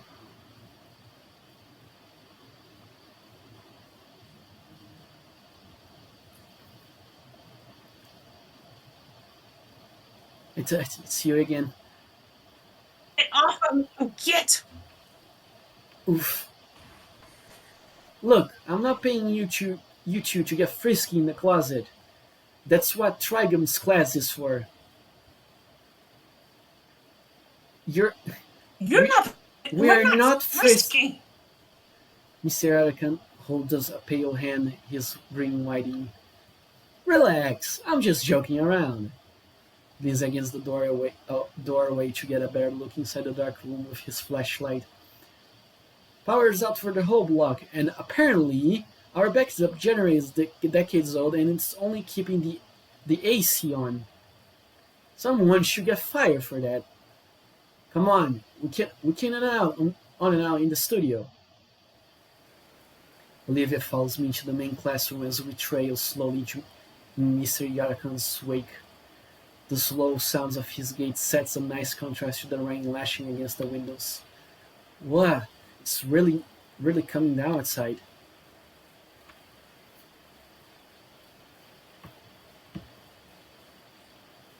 Think it'll flood? It floods here?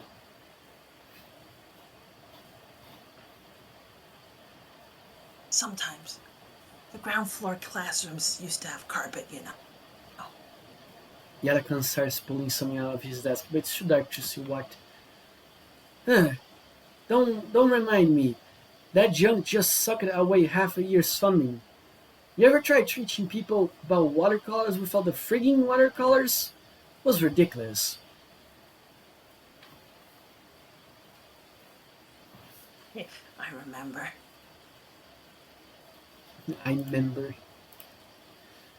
I remember you were the most upset. Alright. He sets some tiny tea lights down one of the desks and begins lighting them. The tiny wicks are set alight with the tiniest of embers, providing the bare minimum of illumination for us to see. Won't those trigger the fire alarms? We should be fine. They're too small by themselves. What are those for? Been saving them for a rainy day. We're going to be stuck for a while, so now I make a camp out.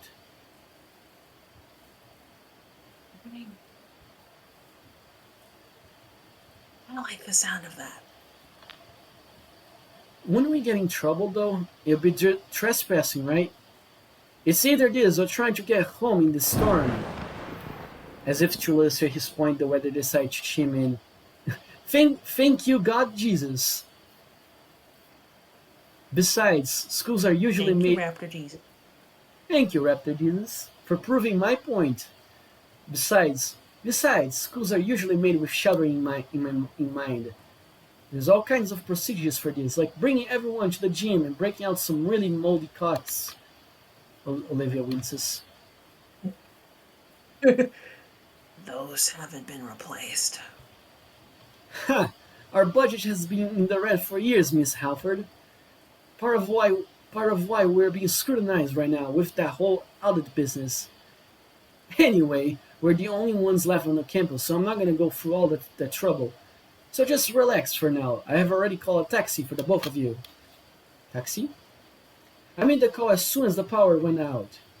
It's just gonna be a while to get one ready and sent out. What will we do in the meantime? Our teacher has a wicked grin. You're not done with the homework, right? Oh, I'm kidding. I'm kidding. Time in a stormy carry-on, yet things are surprisingly calm. Olivia pretends to focus on her work while I pretend to help her, but soon enough, Mr. Yarkon starts sharing wild story about previous semesters. You know, a few years back, somebody tried to take his head right off his head. Let me tell you, I never seen a shovel fly that fast. That sounds appropriately violent. Either way, Olivia slowly loses the facade of productive, and I join her not long after.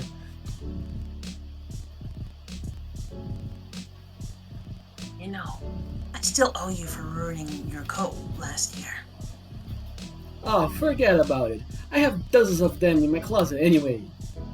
You too? The eerie ambience from the blackout is quickly overridden by our combined laughter. Eventually, we run out of things to say and just wait quietly in each other's company. Yarakan slumps downwards in his chair. Oh, long day today. He glances out the window, still being assaulted by sheets of rain water outside. Normally, I'm home by now, resting. Would you mind if I relax a little? Here.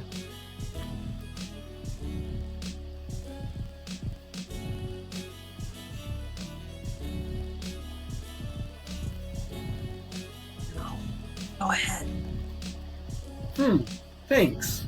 He stretches behind him, cracking his spine against the groove of the chair. Olivia, I've been meaning to say.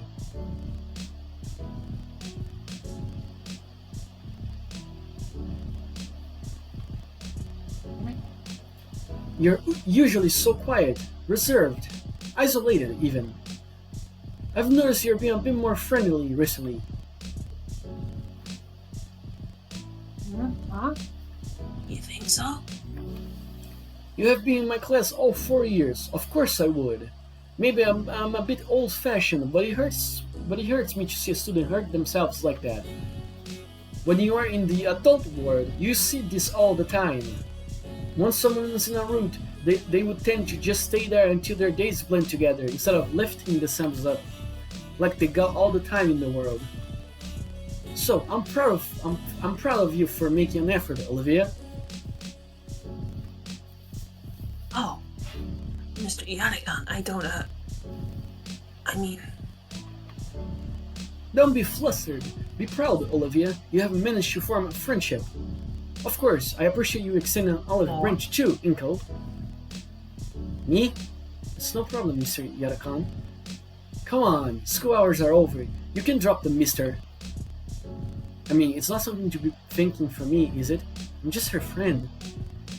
That is great to hear, though. You didn't always navigate this world alone. Someone to keep it company can really help.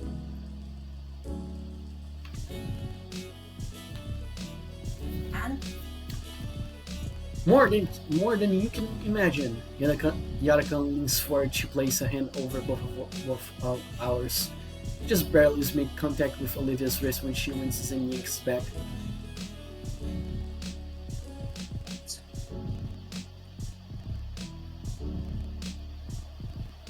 Olivia, are you alright? oh, I'm fine. That just hurt. I was fine before, though. You've been trying to stay off the wrist all day. Was it that bad? I was feeling better. I even helped build those doohickeys. The brain enlargers. He covers his eye with one hand. Of course, great move. Sue's been overworking herself, and I think to give an extra physical work. What am I doing? It wasn't your fault. I didn't want you to worry. I had no idea how bad it was. He leans forward again, gently holding Olivia's wrists, inspecting and being careful not to cause any pain. You need to take care of yourself, Olivia. If something were to happen, I know you'll be completely beside yourself. I know. I know you were doing extra work, but how did it even get this bad? It was a lot of extra work. Fucking Mia, of course. Doing the whole group's assignments on top of my own. For the last 3 weeks. Basically all my free time. It's great practice, at least that's what I was telling myself. Olivia does her best to hide her wincing as a... You're gonna get carpal tunnel. What? I said she's gonna get carpal tunnel doing this. Ah, yeah, most definitely. Olivia does her best to hide her wincing as the teacher tests her arm.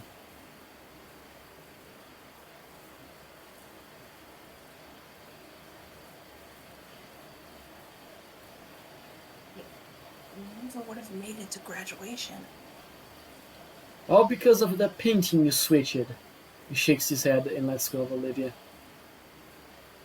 No, it goes further than that. That painting was all because of the pain you have been going through all these years. All because of the first contest entering, hanging in the gala. Your first venture in the world, and it went how it did. Olivia looks down at her hand, stretching the fingers out in it, slowly, carefully. My hand moves without a thought, fingers taking her hand carefully to help in some way or another. You and that painting. Our teacher palms his face and grows into it. It's a genuinely good piece, Olivia. I have told you that so many times. She looks up and manages a small nod. What a horrible chain of events. I have to witness all these years. Watch it as it's taking your friends, your self-worth. That little smile you had when you first came to my class. And now it's ruining your health. Gently lets go and cover his own eyes again. And I really just sat here and watched it. I was just talking about how people act like they have more time than they have. Yannick, Are you alright? I'm super. I'm more than okay. In fact, I made up my mind about something. You.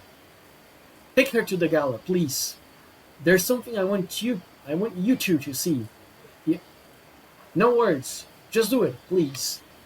I nod. what are you gonna show us? He stops at the door.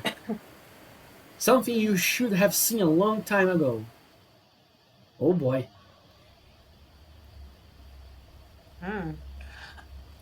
I didn't know this Vienna turned into a horror game now. My shoes slosh noisily through the flooded hallway as we slowly head back to the main building of the school. Olivia herself had used her arm to tuck her legs up onto her seat, her head now resting on her knees. Yelkan didn't seem to care, each of his steps splashing water around and soaking his slacks. The drain on the floor are working overtime, keeping the water at a minimal level. An uncertain feeling washes over me as we enter the atrium, the interior of the school pitch black from the lack of lighting. At least we aren't dealing with wet floors, but navigating the halls in the dark is a new difficulty. Olivia brought her phone, using its flash as a light to shine our way. I'm still unnerved. The only sound I hear is the scratches of my shoes and the awkward dripping from both Olivia and I. And it was then I realized that Yelkan had left us behind. Mr. Yannick. Her voice bounced down the dark halls of the school. Did you see where he went?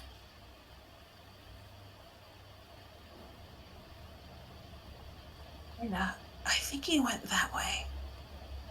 I can just make out Olivia's hand pointing thanks to her phone towards the school office. I keep pushing Olivia, though taking my time as I feel my shoes threading to slip with each step I take.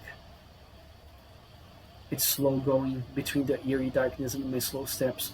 What should have taken us minutes at most takes about 3 minutes for us to arrive at the gala. Well, we're here. The storm rages against the glass ceiling. What's normally the source of the hall's natural lighting is completely obscured by the typhoon. There's no sign of Yarkon. I withdraw my phone and turn its flashlight to in the hopes to improve the situation. I can hear something else aside from us in the rain. Something that's getting closer. A tiny red light in the distance there with the sound. The tiny ember bounces and sways in rhythm with the odd tapping until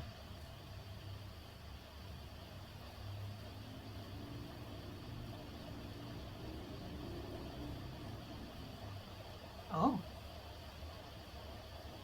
Yo, what the hell? Why does he have an axe? I'm frozen Let's for a see what- second.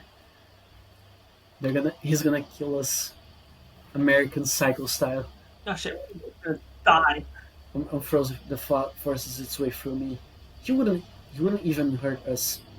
Yurkan, what are you doing? Something's kicked aside. It's Olivia painting from the art contest of a few weeks back. It smacks loudly against the glass casing of the display case. These are the ones! Yeah? What? I'm ignored. Good elegance staring right at Olivia. She also struck fearful, but she nods. Elegant takes a deep breath and faces the display. What are you going to do with that? Hey, Yelikan, wait, this is a bit extreme, isn't it?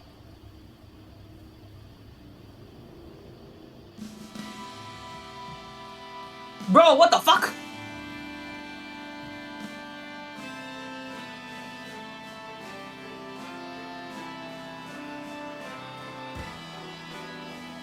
What's he doing?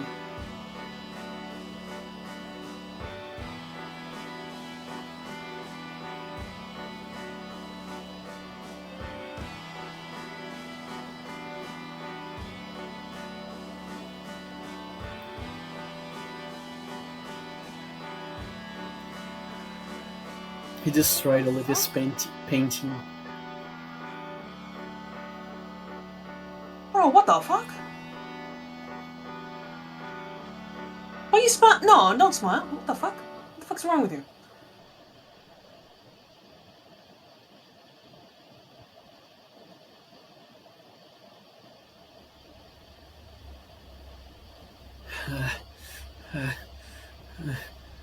Olivia.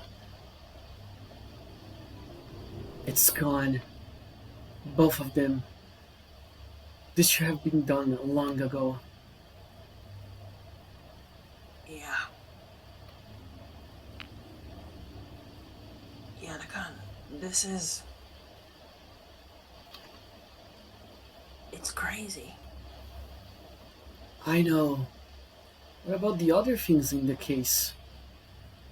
Who fucking cares? Those students graduated ages ago. You know how many still do art? None. If they're colorful so someone else can, fine by me. But Olivia, you got no other big paintings now, do you? She shakes her head. That's a shame. Look what I just did. I can make another. Yes, that's what I need to hear. You make me so proud to hear that. Bruh. She didn't have to, like, do that, though, in order to get her to paint again.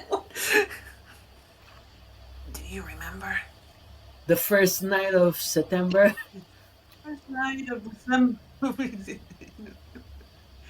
September.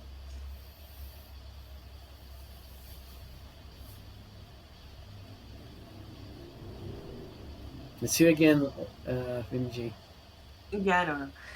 In sophomore year, when you challenged me to think of something I'd wanted to do and set a goal to do it, Of course.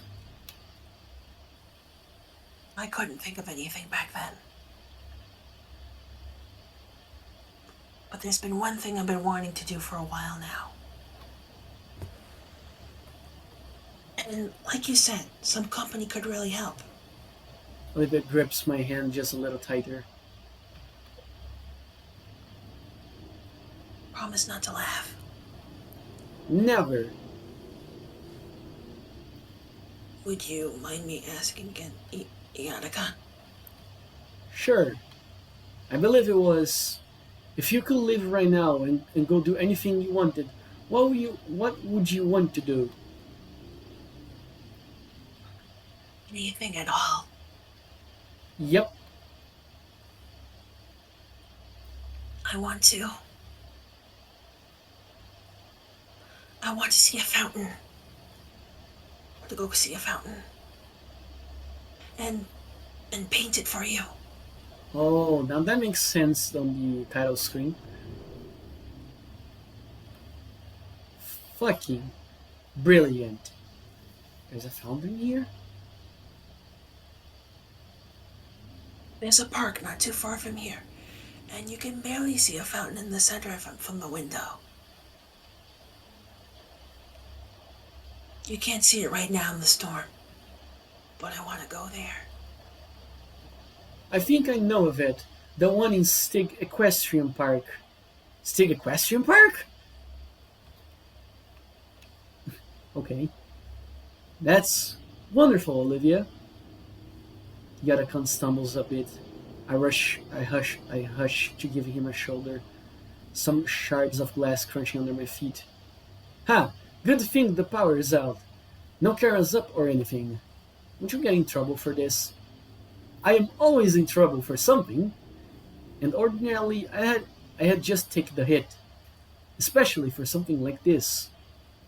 That Mia chick can take the fall. To hell with her. Damn.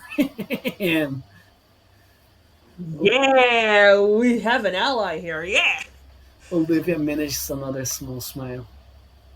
I'm looking forward to that painting. You better get it to me. I will. And you better help. Of course. Yarakan munches for us to wait by the school's entrance. For a while, we sit there.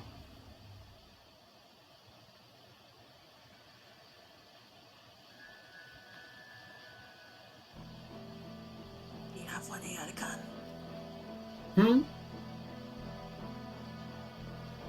Do you have something you want to do? I am already doing it. No, really.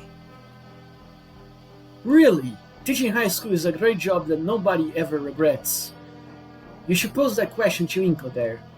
All this character development, and he's barely said a word. Fucking fourth-wall. Alright, Inko. What about you? What do I want to do, huh? If I could pick anything, I guess... Oh! I want to go to college, I want to make plenty of friends, I want to find true love. This is very... Huh. Wow, these are all good choices. Huh.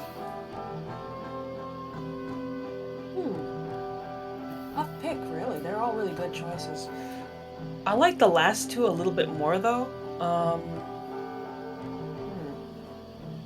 I wonder if these will, like, affect the story much. If, like, Remember, this game has 4 endings.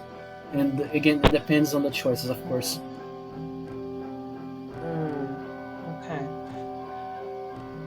I like the middle choice the most out of all 3 of these, but, like, all 3 of them are good.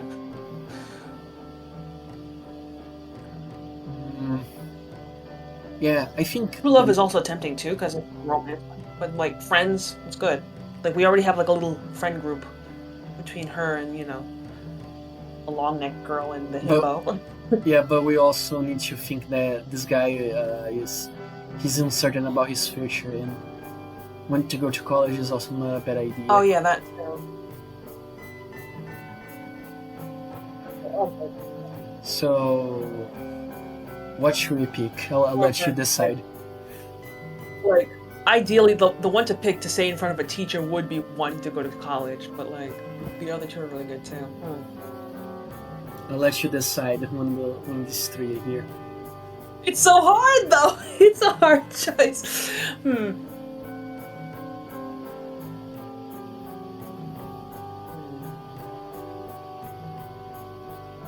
I mean, hypothetically, you can go to college and still make friends and find true love, so, I don't know, maybe you can have your cake and eat it too by going to college. So we go to college then? Yeah, we go to college. We could go to art college with, you know. A more ambitious dream. I can get behind it. It's a bit unimaginative. Oh no! Okay, I think I'm pretty sure that this is like one of those choices that don't matter that much. But okay, that's just hater talk.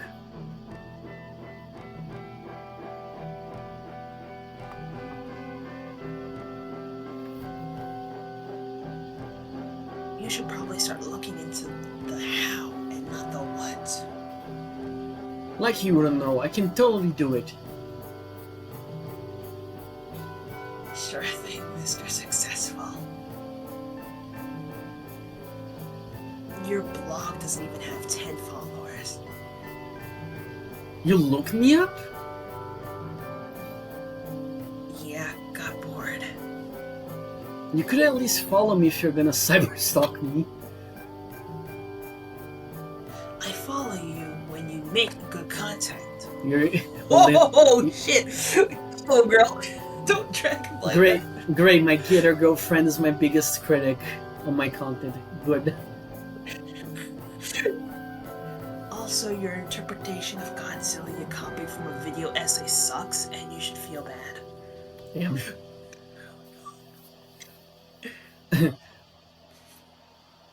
My auto steam dead. I copy Yadakan's motion with the axe and the karate chops Olivia's leg.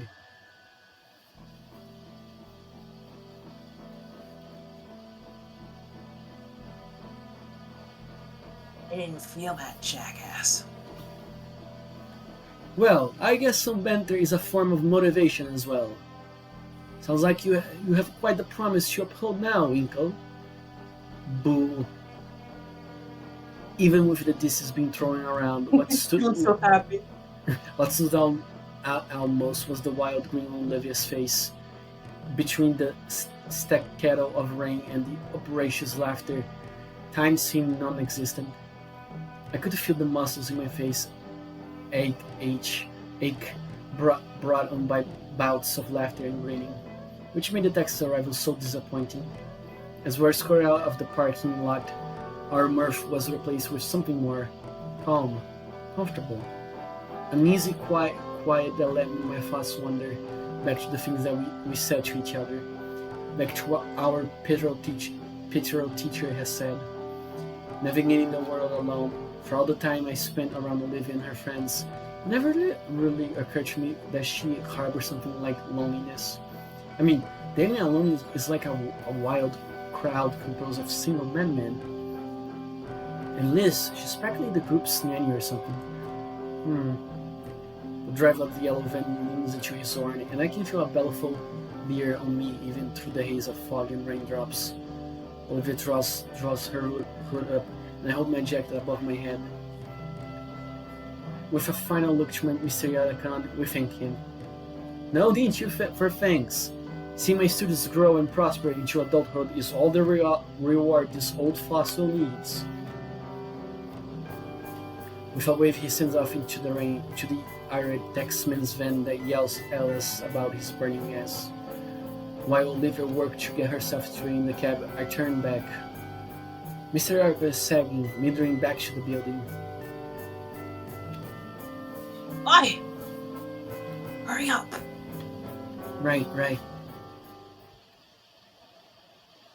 Okay, I'm gonna end everything here for now because we're almost like 4 hours Sounds of good live to stream. me. Yeah, it was fun. Wow, we did this for quite a while. And Mia, I had fun though. that cutscene with Mia, holy shit, that was intense. Thank you. Yeah, thank you I had for. fun voicing them. Yeah, your Mia was like my You're my favorite voice that you did. It was so good. Oh, thank you. Yeah. Thanks for having me, MJ. So let's all say hi to everyone. Mm-hmm. Bye bye, everyone. Okay. Bye bye. Bye.